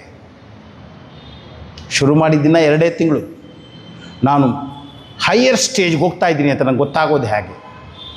ಅದಕ್ಕೆ ಬ್ರಹ್ಮಚೈತನ್ಯರು ಹೇಳ್ತಾರೆ, ಅಲ್ಲಪ್ಪ ನೀನು ಜಪ ಮಾಡಬೇಕಾದ್ರೆ ಹೇಗಿರ್ತದೆ ನಿನ್ನ ಮನಸ್ಸು ಅಂತ. ಆರಂಭದಲ್ಲಿ ಶುರು ಮಾಡ್ತೀನಿ ಮಹಾರಾಜ್, ಶ್ರೀರಾಮ್ ಜೈ ರಾಮ್ ಜೈ ಜೈ ರಾಮ್, ಶ್ರೀರಾಮ್ ಜೈ ರಾಮ್ ಜೈ ರಾಮ್. ಆಮೇಲೆ ಏನೋ ಒಂದು ಟಣ್ ಅಂತನೋ ಒಂದು ಹಾರನ್ನು ಏನೋ ಕೇಳಿಸ್ತದೆ, ಇಮಿಡಿಯೇಟಾಗಿ ಹಾರನ ಬಗ್ಗೆ ಹೋಗ್ತೀನಿ, ಎಲ್ಲೆಲ್ಲೆಲ್ಲೆಲ್ಲೋ ಹೋಗ್ತದೆ, ಡಿಸ್ಟರ್ಬ್ ಆಗೋಗ್ಬಿಡ್ತೀನಿ. ಬಟ್ ಬಿಡಲ್ಲ, ನಾನು ದಿನಕ್ಕೆ ಇಷ್ಟು ಮಾಲೆ ಮಾಡೇ ಮಾಡ್ತೀನಿ. ಆಗ ಮಹಾರಾಜ್ ಹೇಳ್ತಾರೆ, ನೀನು ಜಪ ಮಾಡಬೇಕಾದ್ರೆ ಹೊರ ಜಗತ್ತಿನ ವಿಷಯಗಳು ನಿನ್ನನ್ನು ಡಿಸ್ಟರ್ಬ್ ಮಾಡ್ತಾ ಇದೆ ಅಲ್ವಾ? ಹೌದು. ನಿನ್ನ ಪ್ರಶ್ನೆ ಏನು? ನಾನು ಸಾಧನೆಯಲ್ಲಿ ಮುಂದುವರಿತಾ ಇದ್ದೀನಿ, ಹೇಗೆ ಗೊತ್ತಾಗುತ್ತೆ? ಅದಕ್ಕೆ ಬ್ರಹ್ಮಚೈತನ್ಯರು ಹೇಳ್ತಾರೆ, ನೋಡು, ಜಪ ಮಾಡಬೇಕಾದ್ರೆ ಹೊರ ಜಗತ್ತಿನ ವಿಷಯಗಳು ನಿನ್ನನ್ನು ಡಿಸ್ಟರ್ಬ್ ಮಾಡ್ತದೆ. ನೀನು ಹೊರ ಜಗತ್ತಿನಲ್ಲಿ ಇದ್ದಾಗ ಒಂದು ವೇಳೆ ರಾಮನಾಮ ನಿನ್ನನ್ನು ಡಿಸ್ಟರ್ಬ್ ಮಾಡಿದ್ರೆ ನೀನು ಬೆಳೆದಿದ್ಯಾ. ಹೊರಗಡೆ ಇದ್ದಾಗ ರಾಮನಾಮ ಡಿಸ್ಟರ್ಬ್ ಮಾಡಬೇಕು. ಜಪ ಮಾಡ್ತಾ ಇದ್ದಾಗ ಹೊರಗಡೆ ವಿಷಯ ಡಿಸ್ಟರ್ಬ್ ಮಾಡಿದ್ರೆ ನೀನು ಬಾಹ್ಯ ಪ್ರಪಂಚದಲ್ಲಿದ್ದಾಗ ನಿನಗೆ ಶ್ರೀರಾಮ್ ಜೈ ರಾಮ್ ಜೈ ಜೈ ರಾಮ್ ಡಿಸ್ಟರ್ಬ್ ಮಾಡಬೇಕು. ಅದು ನಾವು ಮಾಡಬೇಕಾದ್ರೆ ಆ್ಯಂಡ್ ಡಿಸ್ಟರ್ಬ್ ಮಾಡ್ತದೆ. ನಾನು ಹೇಳಿದ್ನಲ್ಲ, ನಾವು 2.5 ವರ್ಷ ವೇದಾಂತ ಕೋರ್ಸಲ್ಲಿ ಹರಿ ಓಂ ಹರಿ ಓಂ ಹರಿ ಓಂ ಜಪ ಅನ್ನುವಂಥದ್ದನ್ನು ನಡೆದಾಗ ಎಲ್ಲೋದ್ರೂ ಅದೇ ಮಾಡ್ತಾಯಿದ್ದಿದ್ದು. ಇವತ್ತಿಗೂ ಕೂಡ ನಾನು ಒಂದು ವೇಳೆ 11ವರೆಗೆ ನನಗೆ ಕ್ಲಾಸ್ಗೆ ಹೋಗಬೇಕು ಒಂದು ಕಡೆಗೆ ಅಂದಾಗ ರೂಮ್ ಬಾಗಿಲು ಹಾಕಿದ ತಕ್ಷಣ ಮನಸ್ಸಿನಲ್ಲಿ ಫಸ್ಟು ಹೆಜ್ಜೆ ಇಡಬೇಕಾದ್ರೆ ಹರಿ ಓಂ ಹರಿ ಓಂ, ಬೇರೆ ಎಲ್ಲ ಮರ್ತೋಗುತ್ತೆ, ಬರೀ ಹರಿ ಓಂ ಹರಿ ಓಂ ಹರಿ ಓಂ ಹರಿ ಓಮೇ ಬರ್ತದೆ. ಅದು ಡಿಸ್ಟರ್ಬ್ ಮಾಡ್ತದೆ. ನೀವು ಟ್ರೈ ಮಾಡಿ. ನಾನು ವಾಕಿಂಗ್ ಮಾಡೋಕ್ಕೆ ಹೋದಾಗ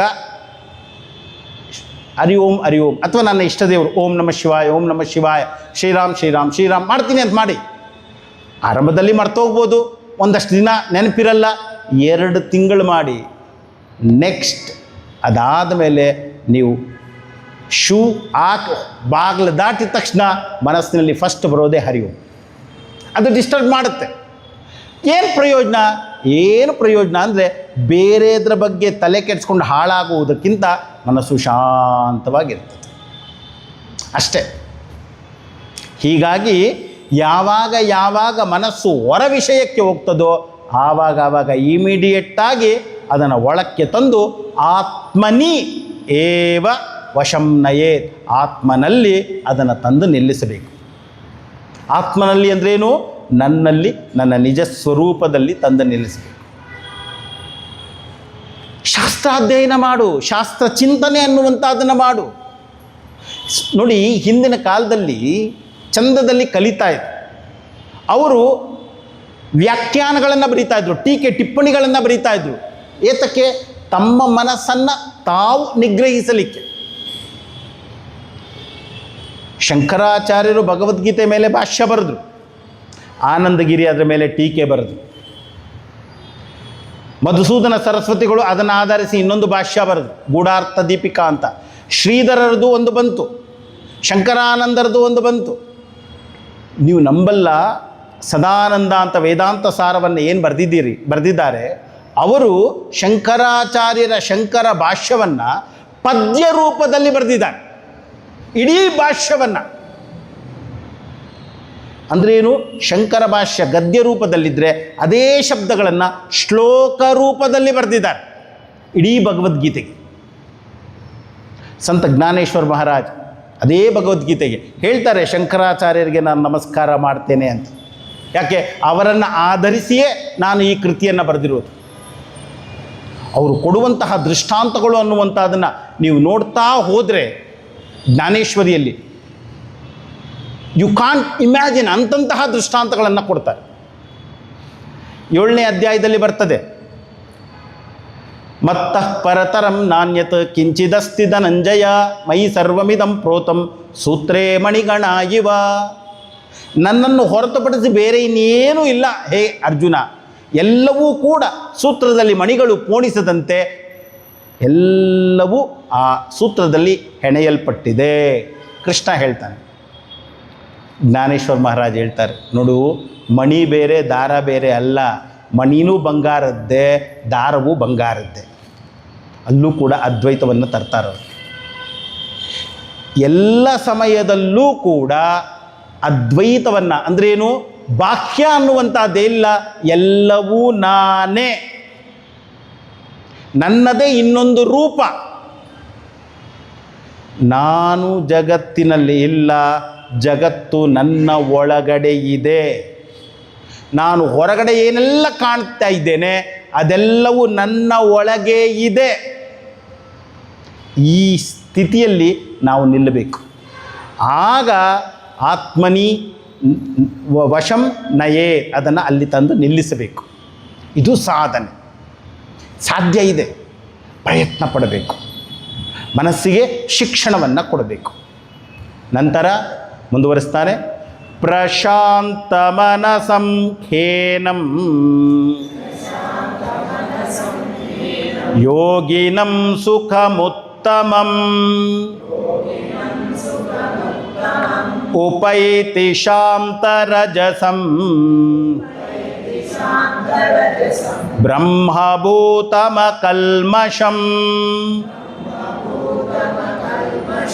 ಯಾಕೆ ಹೀಗೆ ಮಾಡಬೇಕು? ಪ್ರಶಾಂತ ಮನಸಂ ಅಕಲ್ಮಷಂ ಶಾಂತರಜಸಂ. ಪ್ರಶಾಂತ ಮನಸಂ, ಪ್ರಕರ್ಷೇನ ಶಾಂತ ಪ್ರಶಾಂತ, ಪ್ರಶಾಂತವಾದಂತಹ ಮನಸ್ಸು. ಅಕಲ್ಮಷಂ, ಕಲ್ಮಷವಿಲ್ಲದ ಮನಸ್ಸು. ನಂತರ ಶಾಂತರಜಸಂ, ರಜೋಗುಣ ಶಾಂತವಾದ ಮನಸ್ಸು. ಯಾಕೆ ರಜೋಗುಣ? ಕಾಮಕ್ರೋಧರ ಸೋರ್ಸ್ ಯಾವುದು ಅಂದರೆ ರಜೋಗುಣವೇ. 3ನೇ ಅಧ್ಯಾಯದಲ್ಲಿ ಅತಕೇನ ಪ್ರಯುಕ್ತೋಯಂ ಪಾಪಂ ಚರತಿ ಪೂರುಷಃ ಅನಿಚ್ಛನ್ನಪಿ ವಾರ್ಷ್ಣೇಯ ಬಲಾದಿವ ನಿಯೋಜಿತ. ಅರ್ಜುನ ಪ್ರಶ್ನೆ ಕೇಳಿದಾಗ ಕೃಷ್ಣ ಏನು ಹೇಳ್ತಾನೆ? ಕಾಮ ಏಷ ಕ್ರೋಧ ಏಷಃ ರಜೋಗುಣ ಸಮುದ್ಭವ. ರಜೋಗುಣದಿಂದ ಹುಟ್ಟಿರುವುದು ಈ ಕಾಮ ಕ್ರೋಧ. ಯಾರು ಜ್ಞಾನಿ, ಯಾರು ಸನ್ಯಾಸಿ, ಯಾರು ವಿರಜನೋ ಅವನೇ ಸನ್ಯಾಸಿ. ಸನ್ಯಾಸವನ್ನು ತೆಗೆದುಕೊಳ್ಬೇಕಾದ್ರೆ ವಿರಜಾ ಹೋಮ ಮಾಡ್ತೀವಿ. ವಿರಜ ಅಂದರೆ ಏನು? ವಿಗತ ರಜಸ್. ರಜೋಗುಣ ನಾಶವಾಗುವುದಕ್ಕೆ ಹೆಸರು ವಿರಜ. ರಜೋಗುಣ ಏನು ಮಾಡ್ತದೆ? ಸೃಷ್ಟಿ ಮಾಡ್ತದೆ, ಸಂಕಲ್ಪಗಳನ್ನು ಸೃಷ್ಟಿ ಮಾಡ್ತದೆ. ಪೂಜ್ಯ ಗುರುದೇವ್ಗೆ ನಾವು ಹೆಸರು ಕೊಟ್ಟಿದ್ದೀವಿ, ಸತ್ಯ ಸಂಕಲ್ಪಾಯ ನಮಃ. ಅವರ ಸಂಕಲ್ಪಗಳೆಲ್ಲವೂ ಕೂಡ ಆತ್ಮತತ್ವವನ್ನು, ಸತ್ಯ ಅಂದ್ರೇನು? ಬ್ರಹ್ಮಸ್ವರೂಪ. ಸತ್ ಅನ್ನುವಂಥದ್ದು ಬ್ರಹ್ಮನ ಸ್ವರೂಪ. ಬ್ರಹ್ಮನಿಗೆ ಹೆಸರು ಸತ್. ಅದಕ್ಕಾಗಿ ಭಗವದ್ಗೀತೆಯ ಪ್ರತಿ ಅಧ್ಯಾಯದ ಕೊನೆಯಲ್ಲಿ ಬರ್ತದೆ ಓಂ ತತ್ ಸತ್. ತತ್ ಅಂದರೂ ಪರಮಾತ್ಮನೇ, ಸತ್ ಅಂದರೂ ಪರಮಾತ್ಮನೇ, ಓಂ ಅಂದರೂ ಪರಮಾತ್ಮ. ಪರಮಾತ್ಮ ಅಂದರೆ ಬ್ರಹ್ಮ, ಶುದ್ಧ ಚೈತನ್ಯ. ಆ ಸಂಕಲ್ಪಗಳೆಲ್ಲವೂ ಕೂಡ ಸರ್ವಂ ಬ್ರಹ್ಮಮಯಂ ರೇ. ಅದು ಅವರು ಒಂದು ಗೀತಾಜ್ಞಾನ ಯಜ್ಞ ಆರ್ಗನೈಸ್ ಮಾಡಬೇಕಾದ್ರೆ ಏನು ಹೇಳ್ತಾ ಇದ್ದಿದ್ದು? A group of people, like minded people coming together for a noble cause. ಅದಕ್ಕೆ ಹೆಸರು ಯಜ್ಞ ಕೊಟ್ಟಿದ್ದವರು. ಆ ಸಂಕಲ್ಪ ಅನ್ನುವಂಥದ್ದು ಇದೆಯಲ್ಲ, ಆ ನಿಟ್ಟಿನತ್ತ ನಮ್ಮ ಮನಸ್ಸು ಹೋಗಬೇಕು. ಹೀಗಾಗಿಯೇ ಶಾಂತರಜಸಂ, ರಜೋಗುಣ ಅನ್ನುವಂಥದ್ದು ಕಡಿಮೆ ಆಗಬೇಕು. ನೋಡಿ, ರಾಮ ಯಾಕೆ ಆದರ್ಶ ವ್ಯಕ್ತಿ ಆಗ್ತಾನೆ? ನೀವು ಯೋಚನೆ ಮಾಡಿ, ರಾಮ ಯಾಕೆ ಆದರ್ಶ ವ್ಯಕ್ತಿ ಆಗ್ತಾನೆ? ಅರ್ಥ ಕಾಮವನ್ನು ರಾಮ ತ್ಯಜಿಸ್ತಾನೆ. ಹೀಗಾಗಿ ರಾಮನ ಬದುಕಿನಲ್ಲಿ ಇದ್ದದ್ದು ಧರ್ಮ ಮತ್ತು ಮೋಕ್ಷ, ಅರ್ಥ ಕಾಮ ಇರಲೇ ಇರಲಿಲ್ಲ. ಅರ್ಥ ಅಂದ್ರೇನು? ರಾಜ್ಯ, ಸಂಪತ್ತು. ಪಿತೃವಾಕ್ಯ ಪರಿಪಾಲನೆಗಾಗಿ ಇಡೀ ರಾಜ್ಯವನ್ನು, ಅರ್ಥವನ್ನು ಬಿಟ್ಟು ಕಾಡಿಗೆ ಹೋಗ್ತಾನೆ. ನಾನು ಎಷ್ಟೋ ಸತಿ ಹೇಳ್ತೇನೆ, ಪಿತೃವಾಕ್ಯ ಪರಿಪಾಲನೆ ಮಾಡಬೇಕಾ ಅಂದರೆ it depends upon the situation. ಎಲ್ಲವೂ ಪಿತೃವಾಕ್ಯ ಅಂತಿಲ್ಲ. ಭರತನನ್ನು ಪೂಜಿಸ್ತೇವೆ, ಯಾಕೆ? ಪಿತೃವಾಕ್ಯ ಪರಿಪಾಲನೆ ಮಾಡಲಿಲ್ಲ, ಅದಕ್ಕೋಸ್ಕರ. ಒಂದು ವೇಳೆ ಭರತ ಅಪ್ಪ ಹೇಳಿದ್ದಾನೆ ರಾಜ್ಯ ನನಗೆ, ಅಮ್ಮ ಹೇಳಿದ್ದಾಳೆ ರಾಜ್ಯ, ಒಪ್ಪಿಕೊಂಡಿದ್ದಿದ್ರೆ ಇವತ್ತು ಭರತನನ್ನು ನಾವು ಪೂಜಿಸ್ತಾನೇ ಇರಲಿಲ್ಲ. ರಾಮನಿಗಿಂತ ಕಠಿಣತರವಾದ ತಪಸ್ಸನ್ನು ಮಾಡ್ದವ. ರಾಮಾಯಣಗಳಲ್ಲಿ ಹೇಳ್ತಾಳೆ, ರಾಮ ನೆಲದ ಮೇಲೆ ಮಲಗ್ತಾನೆ, ಭೂಮಿಯ ಮೇಲೆ ನಾನು ಅವನಿಗಿಂತ ಕೆಳಗೆ ಅಂತ ಒಂದು ಹೊಂಡ ತೆಗೆದು ಅದರಲ್ಲಿ ಮಲ್ಕೊಳ್ತಾ ಇದ್ನಂತೆ ರಾಮ. ಅದು ಭರತ, ನಾನು ರಾಮನಿಗಿಂತ ಕೆಳಗೆ. ಸಿಂಹಾಸನದ ಮೇಲೆ ಪಾದುಕೆಯನ್ನಿಟ್ಟ, ತಾನು ಕೂಡಲಿಲ್ಲ. ರಾಮ ರಾಜ್ಯ ಅಂದರೆ ಹೇಳ್ತಾರೆ ಭರತ ಆಳ್ದಾಗ ಅಂತ. ಅರ್ಥವನ್ನು ಬಿಟ್ಟ ರಾಮ. ಆಯಿತು, ಎಲ್ಲ ರಾಮಾಯಣದ ಕತೆ ಮುಗೀತು. ಬಂದ ದಶರಥ ಇಲ್ಲ, ಅಯೋಧ್ಯೆಯ ರಾಜ ಆದ. ನೀವು ಉತ್ತರ ರಾಮಚರಿತ ಅಂತ ಭವಭೂತಿಯ ಒಂದು ಬಹಳ ಸೊಗಸಾದಂತಹ ಕೃತಿ ಓದಬೇಕು. ಆ ನಾಟಕ ಶುರುವಾಗುವುದು ಹೇಗೆ ಅಂದರೆ, ಒಂದು ದೊಡ್ಡ ಅರಮನೆಯಲ್ಲಿ ಒಬ್ಬ ಚಿತ್ರಕಾರ ಇಡೀ ರಾಮಾಯಣದ ರಾಮನ ಕತೆ ಅನ್ನುವಂಥದ್ದನ್ನು ಚಿತ್ರಿಸಿರ್ತಾನೆ. ಲಕ್ಷ್ಮಣ ಬಂದು ಹೇಳ್ತಾನೆ, ಅಣ್ಣ ಆ ಚಿತ್ರಕಾರ ಎಲ್ಲವನ್ನು ಬಿಡಿಸಿ ತಂದಿದ್ದಾನೆ ಅಂತಾನೆ. ಸೀತೆ ಗರ್ಭಿಣಿ, ಕರ್ಕೊಂಬರ್ತಾನೆ, ತೋರಿಸ್ತಾನೆ, ನೋಡಿ ಇದು ಇದು ಇದು ಎಲ್ಲ ಎಕ್ಸ್ಪ್ಲೈನ್ ಮಾಡ್ತಾ ಹೋಗ್ತಾ ಇರ್ತಾನೆ. ಆಗ ಅವರು ವಿಶ್ವಾಮಿತ್ರವ್ರಿಗೆ ಬಲ ಮತ್ತು ಅತಿಬಲ ಅನ್ನುವಂತಹ ಎರಡು ವರಗಳನ್ನು ಕೊಟ್ಟಿರ್ತಾರೆ, ಒಂದು ಅಸ್ತ್ರಗಳನ್ನು. ರಾಮ ಹೇಳ್ತಾನೆ, ನೋಡು, ಗರ್ಭದಲ್ಲಿರುವ ನಿನ್ನ ಮಕ್ಕಳಿಗೆ ಅವರು ಹುಟ್ಟುತ್ತಾನೆ ಈ ಎರಡೂ ಅಸ್ತ್ರಗಳು ಅವರಿಗೆ ಕರಗತವಾಗಿರುತ್ತದೆ ಅಂತ. ಕೊನೆಯಲ್ಲಿ ಆ ಎರಡು ಅಸ್ತ್ರಗಳಿಂದಾನೇ ರಾಮನಿಗೆ ಗೊತ್ತಾಗುತ್ತೆ ಇವರು ನನ್ನ ಮಕ್ಕಳು ಅಂತ. ಉತ್ತರ ರಾಮಚರಿತ್ರ ಅನ್ನುವಂಥದ್ದು ನೀವು ನೋಡಬೇಕು. ಕೊನೆಯಲ್ಲಿ ಟ್ವಿಸ್ಟ್ ಎಷ್ಟು ಚಂದದಲ್ಲಿದ್ದಾರೆ ಅಂದರೆ, ವಾಲ್ಮೀಕಿಗಳು ರಾಮನ ಮುಂದೆ ರಾಮಾಯಣದ ಕತೆ ಆಡಿಸಿ ಅದರಲ್ಲಿ ನಿಜವಾದ ಸೀತೆಯ ಪಾತ್ರ ಮಾಡಿಸ್ತಾರೆ. ಸಂಸ್ಕೃತ ಸಾಹಿತ್ಯ ಅನ್ನುವಂಥದ್ದನ್ನು ನೀವು ಓದುತ್ತಾ ಹೋದರೆ ಆ ಪುರಾಣದ ಕಥೆಗಳು ಅನ್ನುವಂಥದ್ದನ್ನು, ರಾಮಾಯಣ ಮಹಾಭಾರತ ಕಥೆಗಳನ್ನು ಎಷ್ಟು ಸುಂದರವಾಗಿ ನಮ್ಮ ಮುಂದೆ ತಂದಿಡ್ತಾರೆ ಅಂದರೆ ತತ್ವ ಗೊತ್ತಾಗುತ್ತೆ. ವಜ್ರಾದಪಿ ಕಠೋರಾಣಿ ಮೃದೂನಿ ಕುಸುಮಾದಪಿ. ಈ ತುಳಸಿ ಆ ಒಂದು ಬಹುಭೂತಿಯ ಕೃತಿಯಲ್ಲಿ ಬರುವಂತಹ ವಾಕ್ಯಗಳನ್ನು ನೀವು ನೋಡ್ತಾ ಹೋಗಬೇಕು. ಬಹಳ ಸೊಗಸಾಗಿರುವಂಥದ್ದಿದೆ. ಸೀತೆಯನ್ನು ಕಾಡಿಗೆ ಅಟ್ಟಿದ ಯಾರು? ಮತ್ತೆ ರಾಮ ತನ್ನ ಕಾಮವನ್ನು ಕೂಡ ತ್ಯಜಿಸಿದ. ತನ್ನ ಇಷ್ಟ ಯಾರು? ಸೀತೆ. ಅವಳನ್ನು ಮತ್ತೆ ಬಿಟ್ಬಿಟ್ಟ. ಅಪ್ಪನಿಗಾಗಿ ರಾಜ್ಯವನ್ನು ಬಿಟ್ಟಿದ್ದ, ಪ್ರಜೆಗಳಿಗಾಗಿ ತನ್ನ ಕಾಮ, ತನ್ನ ಇಷ್ಟ ಪತ್ನಿಯನ್ನು ಕೂಡ ತ್ಯಜಿಸ. ಹೀಗಾಗಿ ಆದರ್ಶ ವ್ಯಕ್ತಿ, ಮರ್ಯಾದಾ ಪುರುಷೋತ್ತಮ ಅಂತೀವಿ. ಈ ಮನಸ್ಸು ಅನ್ನುವಂಥದ್ದು ಇದೆಯಲ್ಲ, ಆ ಮನಸ್ಸು ಅನ್ನುವಂಥದ್ದಕ್ಕೆ ಶಿಕ್ಷಣವನ್ನು ಕೊಡಬೇಕಾದ್ರೆ ತುಂಬ ಕಷ್ಟ. ಆತ್ಮನಿಯೇವ ವಶಂನಯೇತ್, ಅದನ್ನು ಶಾಂತ ರಜೋಗುಣ ಅನ್ನುವಂಥದ್ದನ್ನು ಮಾಡಬೇಕು. ನಂತರ ಬ್ರಹ್ಮಭೂತಂ ಯೋಗಿನಂ, ಆ ಸಚ್ಚಿದಾನಂದ ಸ್ವರೂಪನಾದಂತಹ ಬ್ರಹ್ಮನ ಏಕೀಭಾವವಾಗಿರುವಂತಹ ಯೋಗಿ ಏನು ಮಾಡ್ತಾನೆ? ಉಪೈತಿ ಸುಖಂ ಉತ್ತಮಂ, ಉತ್ತಮವಾದ ಆನಂದ ಅನ್ನುವಂಥದ್ದನ್ನು ಅವ ಪಡೀತಾನೆ. ಯಾವಾಗ? ಶಾಂತ ರಜಸವಾದಾಗ, ಪ್ರಶಾಂತ ಮನಸ್ಸಾದಾಗ, ನಂತರ ಅವನು ಅಕಲ್ಮಷವಾಗಿ ಬ್ರಹ್ಮಭೂತದಲ್ಲಿ ಒಂದಾದಾಗ. ಈ ರೀತಿ ಆದಾಗ ಅವನಿಗೆ ಶಾಂತಿ, ನೆಮ್ಮದಿ ಎನ್ನುವಂಥದ್ದು ಆ ಯೋಗಿಗೆ ಸಿಗ್ತದೆ. ಅದರಿಂದ ಏನು ಮಾಡಬೇಕು? ಯುಂಜನ್ನೇವಂ ಸದಾತ್ಮಾನಂ ಯೋಗಿ ವಿಗತ ಕಲ್ಮಷಃ ಸುಖೇನ ಬ್ರಹ್ಮ ಸಂಸ್ಪರ್ಶಂ ಅತ್ಯಂತಂ ಸುಖಮಶ್ನುತೆ. ವಿಗತ ಕಲ್ಮಷಃ, ಕಲ್ಮಷಗಳೆಲ್ಲವನ್ನ ದೂರ ಮಾಡಿಕೊಳ್ಬೇಕು. ನೋಡಿ, ಸಂಸ್ಕೃತದಲ್ಲಿ ವಿಗತ, ವಿಗಲಿತ, ಈ ಮೂರು ಅಥವಾ ವೀತ, ಈ ನಾಲ್ಕು ಶಬ್ದಗಳಿಗೂ ಕೂಡ ಬಿಡುವುದು ಅಂತಾನೆ ಅರ್ಥ. ವಿಗತ ಅಂದರೆ ಹೊರಟೋಗೋದು, ವಿಗಲಿತ ಅಂದರೆ ಬಿದ್ದೋದದ್ದು, ವೀತ ಅಂದರೆ ಇಲ್ಲವಾಗುವುದು, ಅಂದರೆ ಇಲ್ಲದ್ದು. ಸೊ ವಿಗತ ಕಲ್ಮಷಃ, ಕಲ್ಮಷಗಳು ಅನ್ನುವಂಥದ್ದನ್ನು, ಕಲ್ಮಷ ಅಂದ್ರೇನು? ಪಾಪರಹಿತವಾಗಿ ಯೋಗಿ ಏವಂ ಸದಾ ಆತ್ಮಾನಂ ಯುಂಜನ್ ಏನು ಮಾಡಬೇಕು? ನಿರಂತರವಾಗಿ ತನ್ನ ಆತ್ಮಸ್ವರೂಪ ಅನ್ನುವಂಥದ್ದೇನಿದೆ ಅದರಲ್ಲಿ ತನ್ನನ್ನು ತಾನು ತೊಡಗಿಸಿಕೊಂಡಿರಬೇಕು. ತಾನು ತಾನಾಗಿರಬೇಕು, ತಾನು ಇನ್ನೊಂದಾಗಬಾರ್ದು. ನಾನಾಗಿರುವಂಥದ್ದು. ನಂತರ ಸುಖೇನ ಬ್ರಹ್ಮ ಸಂಸ್ಪರ್ಶಂ ಅತ್ಯಂತಂ ಸುಖಮಶ್ನುತೆ. ಯಾರು ಹೀಗೆ ಇರ್ತಾನೋ ಅವನು ಆ ಪರಬ್ರಹ್ಮ ಪರಮಾತ್ಮನ ಅದರ ಪ್ರಾಪ್ತಿಯ ಆನಂದವನ್ನು ಅವ ಹೊಂದುತ್ತಾನೆ. ಅರ್ಥಾತ್ ಏನು? ನಾನಾಗಿದ್ದರೆ. ನಾನಾಗಿರೋದಂದ್ರೆ ಏನು? ನಮ್ಮ ಸ್ವಾಮೀಜಿ ಹೇಳೋರು, ಪರ್ಸೆಪ್ಷನ್ ವಿದೌಟ್ ಪ್ರೊಜೆಕ್ಷನ್.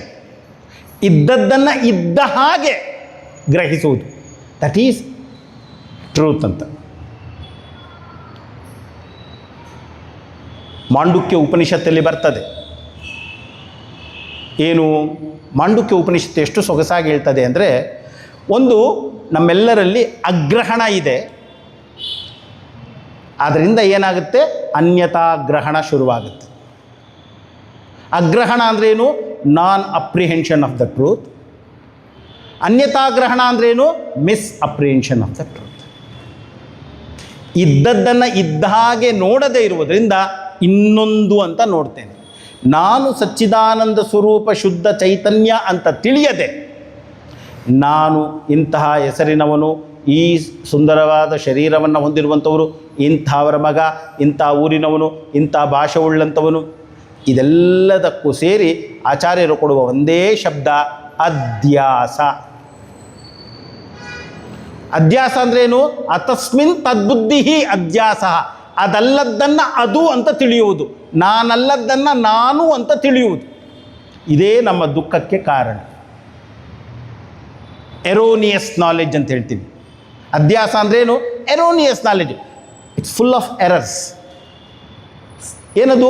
ಸತ್ಯ ಅಲ್ಲ, ಆದರೆ ಅದನ್ನು ಸತ್ಯ ಅಂತೀನಿ. ಅನಾತ್ಮವನ್ನು ಆತ್ಮ ಅಂತ ತಿಳಿತೀನಿ, ಅಸತ್ಯವನ್ನು ಸತ್ಯ ಅಂತ ತಿಳಿತೀನಿ, ನಾನಲ್ಲದ್ದನ್ನು ನಾನು ಅಂತ ತಿಳಿತೀನಿ ಅಲ್ವಾ? ಯಾರೋ ಒಬ್ಬರು ಬರೆದುಬಿಡ್ತಾರೆ, ಸ್ವಾಮಿ ಆದಿತ್ಯಾನಂದನಿಗೆ ಧಿಕ್ಕಾರ ಅಂತ. ನನಗೆ ದುಃಖ ಆಗುತ್ತೆ. ಯಾಕೆ? ಆ ಅಕ್ಷರಗಳನ್ನು ನಾನು ಅಂತ ತಿಳಿತೀನಿ. ನಾನು ಅಲ್ಲೇ ಧಿಕ್ಕಾರ ಕಿತ್ತಾಕ್ಬಿಟ್ಟು ಜೈವಾಗಲಿ ಬಂದ್ಬಿಟ್ರೆ ಖುಷಿ ಆಗೋಗ್ಬಿಡುತ್ತೆ ನನಗೆ. ಯಾಕೆ? ಅಕ್ಷರಗಳನ್ನು ನಾನು ಅಂತ ತಿಳಿತೀನಿ. ಅಕ್ಷರಗಳ ನಾನಲ್ಲ ಅದು. ಆದರೆ ಅದರ ಜೊತೆಯಲ್ಲಿ ಎಷ್ಟು ತಾದಾತ್ಮ್ಯ ಇದೆ ಅಂದರೆ, ತಾದಾತ್ಮ್ಯ ಅಂದ್ರೇನು? ತತ್ ಆತ್ಮ ಇತಿ ಭಾವ ತಾದಾತ್ಮ್ಯ. ಅದೇ ನಾನು ಅಂತ ತಿಳಿಯುವುದು, ಅದಕ್ಕೆ ಹೆಸರು ತಾದಾತ್ಮ್ಯ. ಅದು ನಾನಲ್ಲ, ಬಟ್ ಅದು ನಾನು ಅಂತ ತಿಳಿದಿರ್ತೀನಿ. ಯಾರೋ ನನ್ನ ಫೋಟೋ ತೆಗೆದುಕೊಂಡು ಹಣೆಯಲ್ಲಿ 2 ನಾಮ ಹಾಕ್ಬಿಟ್ರೆ ನನಗೆ ಕೋಪ ಬಂದ್ಬಿಡ್ತದೆ. ಆ ಪೇಪರು, ಆ ಕಲ್ಲರ್ಸನ್ನು ನಾನು ಅಂತ ತಿಳಿತೀನಿ ಅಲ್ವಾ? ಯೋಚನೆ ಮಾಡಿ, ಅದು ಅಲ್ಲ, ಆದರೆ ಅದು ನಾನು ಅಂತ ತಿಳಿತೀನಿ. ಇದಕ್ಕೆ ಹೆಸರು ಅಧ್ಯಾಸ. ಇದೆಲ್ಲವನ್ನು ಬಿಟ್ಟು ಅಸಂಸ್ಪರ್ಶಂ, ಯಾವುದನ್ನು ಸ್ಪರ್ಶ ಮಾಡಲಿಕ್ಕೆ ಆಗೋದೇ ಇಲ್ಲವೋ ಅಲ್ಲಿ ನಿಲ್ಲಬೇಕು. ಅದು ಯಾರದು? ಅದು ನಾನೇ. ಆದರೆ ತಪ್ಪು ತಿಳಿದಿರುವುದರಿಂದ ಅದು ನಾನು ಅಂತ ಗೊತ್ತಾಗಿಲ್ಲ ನನಗೆ. ನಂತರ ಇಲ್ಲಿಂದ ಒಂದು 3-4 ಶ್ಲೋಕಗಳು ಉಪನಿಷತ್ತೆ. ಏನದು? ಸರ್ವಭೂತಸ್ಥಮಾತ್ಮಾನಂ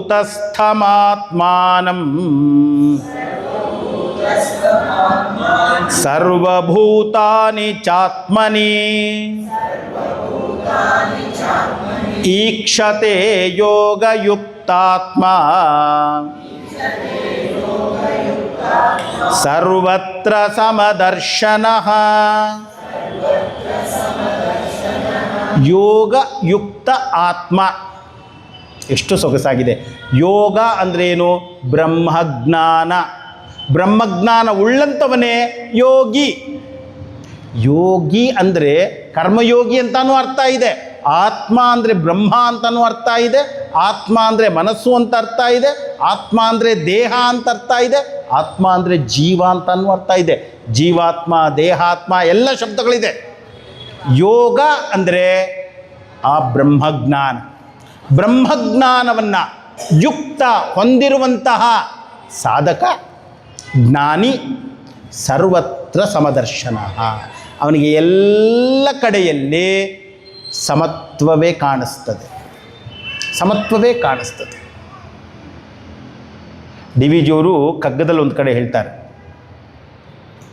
ಭಾರತದ ಗ್ರಂಥಗಳು ಅನ್ನುವಂಥದ್ರಲ್ಲಿ ಆಕ್ಸ್ಫರ್ಡ್ನಲ್ಲಿ ಓದ್ತಾರಂತೆ, ಪಾಶ್ಚಿಮಾತ್ಯರ ಗ್ರಂಥಗಳು ಅನ್ನುವಂಥದ್ದನ್ನು ನಾವು ಇಲ್ಲಿ ಓದ್ತೀವಂತೆ. ಯಾಕೆ?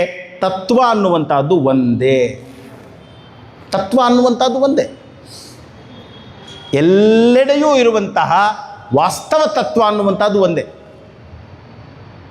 ಸೂಫಿ ಸಂತರಲ್ಲೂ ಅದೇ ತತ್ವ ಉಂಟು. ನೀವು ಎಲ್ಲೇ ಹೋಗಿ ಎಲ್ಲೆಡೆಯೂ ಕೂಡ ತತ್ವ ಒಂದೇ. ಏನು? ಸಮದರ್ಶನ. ಸರ್ವಂ ಬ್ರಹ್ಮಮಯಂ ರೇರೆ. ಎಲ್ಲವೂ ಅಣು ರೇಣು ತೃಣ ಕಾಷ್ಟ ಎಲ್ಲವೂ ಒಂದೇ. ನಾವು ಯಾವುದನ್ನು ಗೌರವಿಸ್ತೇವೋ ಅಲ್ಲಿ ನನಗೆ ಮಹಿಮೆ ಕಾಣಿಸ್ತದೆ. ಮಹಿಮೆ ಮನಸೋತೆಡೆಯು ಮಂಕುತಿಮ್ಮ. ನನ್ನ ಮನಸ್ಸು ಸೋಲಬೇಕು.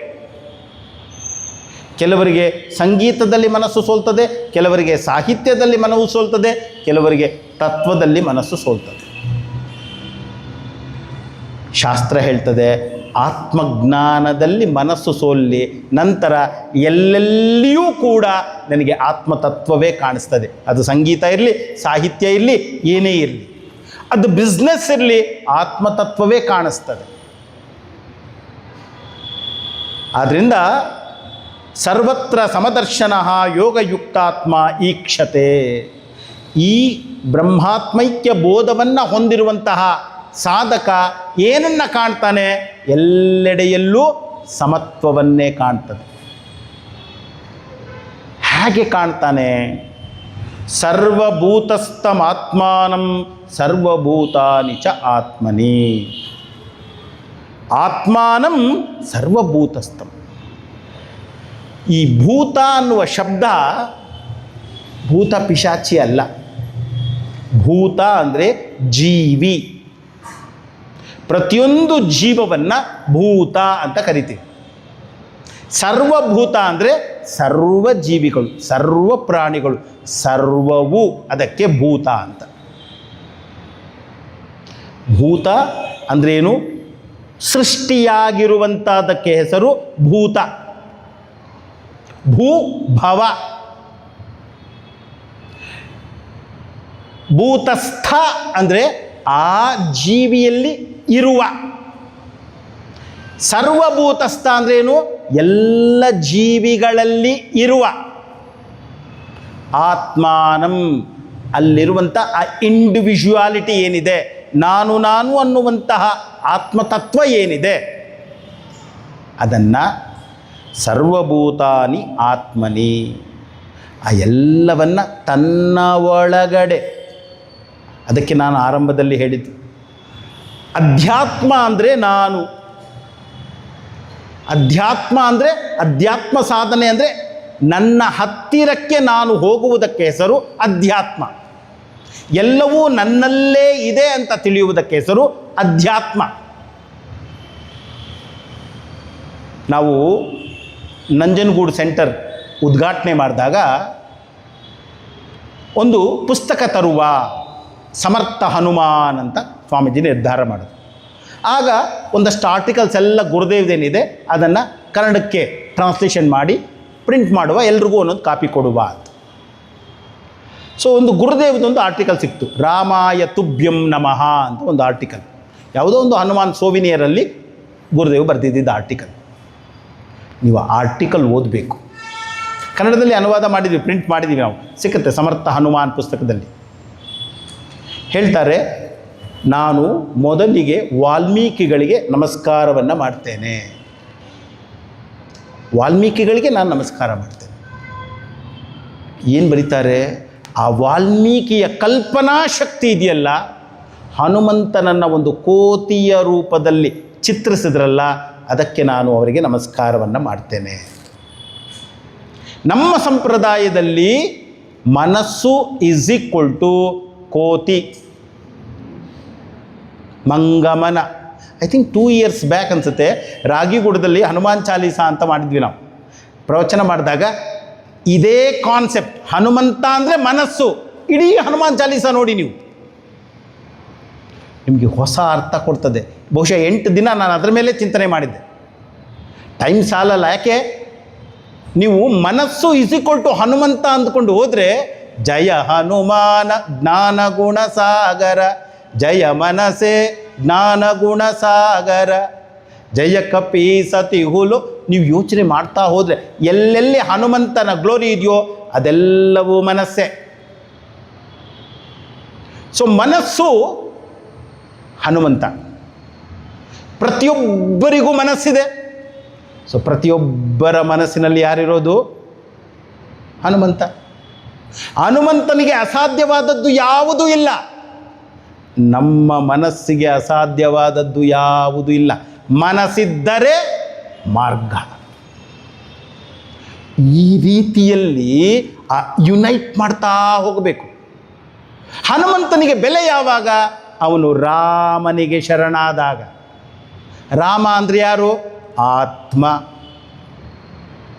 ನನ್ನ ಮನಸ್ಸು ನನ್ನ ನಿಜಸ್ವರೂಪಕ್ಕೆ ಶರಣಾದಾಗ ಯಾರಿಗೆ ಗ್ಲೋರಿ? ಯಾಕೆ? ರಾಮ ಅನ್ನುವಂಥವನು ನಿರ್ಗುಣ ನಿರಾಕಾರ, ಆತ್ಮ ನಿರ್ಗುಣ ನಿರಾಕಾರ. ಕಾಣಿಸುವಂಥದ್ದು ಯಾವುದು? ಮನಸ್ಸು. ಹನುಮಂತನಿಗೆ ಗ್ಲೋರಿ. ಆ ಆರ್ಟಿಕಲ್ ಅನ್ನುವಂಥದ್ರಲ್ಲಿ ನೀವು ಅದನ್ನು ಗುರುದೇವ್ ಬರಿತಾ ಬರಿತಾ ಬರಿತಾ ಹೋಗ್ತಾರೆ. ಎಷ್ಟು ಸೊಗಸಾಗಿದೆ. ನೀವು ವಿಚಾರ ಮಾಡಿದ್ರೆ ಇನ್ನು 10 ಪುಟ ನೀವು ಬರಿಬೋದು. ಯಾಕೆ? ನಮ್ಮದೇ ಗ್ಲೋರಿ ಅಲ್ವಾ ಅದು, ನಮ್ಮದೇ ಮನಸ್ಸು, ನನ್ನ ಸ್ವರೂಪ, ನನ್ನ ಮನಸ್ಸು ಅನ್ನುವಂಥದ್ದು ನನ್ನ ಸ್ವರೂಪಕ್ಕೆ ಶರಣಾಗತನಾದರೆ ನೀವು ಯೋಚನೆ ಮಾಡಿ, ಜಗತ್ತಿನಲ್ಲಿ ಬರೀ ಹನುಮಂತನ ದೇವಸ್ಥಾನ ಇದೆ, ಆದರೆ ಹನುಮಂತನಿಲ್ಲದ ರಾಮನ ದೇವಸ್ಥಾನ ಸಿಕ್ಕಲ್ಲ. ಯೋಚನೆ ಮಾಡ್ತಾ ಹೋಗಿ. ಮನಸ್ಸು ಮತ್ತು ಆತ್ಮ ಈ ರೀತಿಯಲ್ಲಿ ಚಿಂತನೆಯನ್ನು ಮಾಡ್ತಾ ಮಾಡ್ತಾ ಮಾಡ್ತಾ ಹೋಗಬೇಕು. ಸೊ ಎಲ್ಲ ಜೀವಿಗಳಲ್ಲಿ ಇರುವಂತಹ ಆ ಆತ್ಮ ತತ್ವ ನನ್ನಲ್ಲೂ ಇದೆ. ನಾನೇ ಎಲ್ಲರಲ್ಲೂ ಇದ್ದೇನೆ.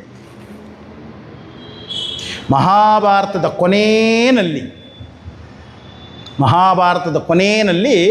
ಒಂದು ಸನ್ನಿವೇಶ ಬರ್ತದೆ. ಭೀಮ ಗೊತ್ತು ನಮಗೆ. ಭೀಮನಿಗೆ ಒಬ್ಬ ಮಗ ಇದ್ದ, ಘಟೋತ್ಕಚ ಅಂತ, ಹಿಡಿಂಬಿಯ ಮಗ. ಘಟೋತ್ಕಚನಿಗೆ ಒಬ್ಬ ಮಗ ಇದ್ದ, ಅವನ ಹೆಸರು ಬರ್ಬರಿಕ ಅಂತ. ಮಹಾಭಾರತದಲ್ಲಿ ಸಿಗ್ತದೆ ನಮಗೆ ಬರ್ಬರಿಕ ಅಂತ. ಅವನು ಒಂದು ವರ, ಕೆಟ್ಟ ವರ. ಏನು ಕೆಟ್ಟ ವರ ಅಂದರೆ, ಯುದ್ಧದಲ್ಲಿ ಅವನು ಪಾಲ್ಗೊಂಡರೆ ಯಾರು ಸೋಲ್ತಾ ಇರ್ತಾರೋ ಆ ಪಕ್ಷಕ್ಕೆ ಅವ ಹೋಗ್ತಾನೆ. ಎದುರಾಳಿ ಸೋಲ್ತಾ ಇದ್ದಾನೆ ಅಂದಾಗ ಅದು ಬಿಟ್ಟು ಇಲ್ಲಿಗೆ ಬರ್ತಾನೆ. ಅವರು ಸೋಲ್ತಾ ಇದ್ದಾರೆ ಅಂದರೆ ಅಲ್ಲಿಗೆ ಹೋಗ್ತಾನೆ. ಕೃಷ್ಣ ಯೋಚನೆ ಮಾಡ್ತಾನೆ, ಈ ಬರ್ಬರಿಕ ಯುದ್ಧಕ್ಕೆ ಬಂದರೆ ಯುದ್ಧ ಮುಗಿಯುವುದೇ ಇಲ್ಲ. ಅವನನ್ನು ಕತ್ತರಿಸಾಕ್ಬಿಡ್ತಾನೆ ಕೃಷ್ಣನ, ಬರ್ಬರಿಕನನ್ನು. ಅವನಿಗೆ ಹೇಳ್ತಾನೆ, ಆದರೆ ನಿನಗೊಂದು ವರ, ನೀನು ಸಾಯಲ್ಲ, ಇಡೀ ಮಹಾಭಾರತವನ್ನು ನೀನು ನೋಡಬಹುದು ಅಂತಾನೆ. ಆಯಿತು, ಅವನು ನೋಡ್ತಾ ಇರ್ತಾನೆ. ಯುದ್ಧ ಎಲ್ಲ ಮುಗೀತು.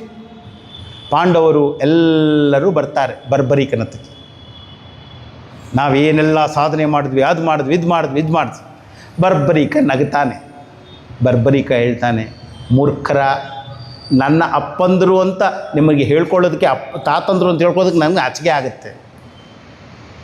ನಾನು ಕಂಡದ್ದು ಹೇಳ, ನಾನು ಭೀಷ್ಮ ಸಾಯುವುದನ್ನು ನೋಡಲಿಲ್ಲ, ಕೃಷ್ಣ ಸಾಯುವುದನ್ನು ನೋಡಿದೆ.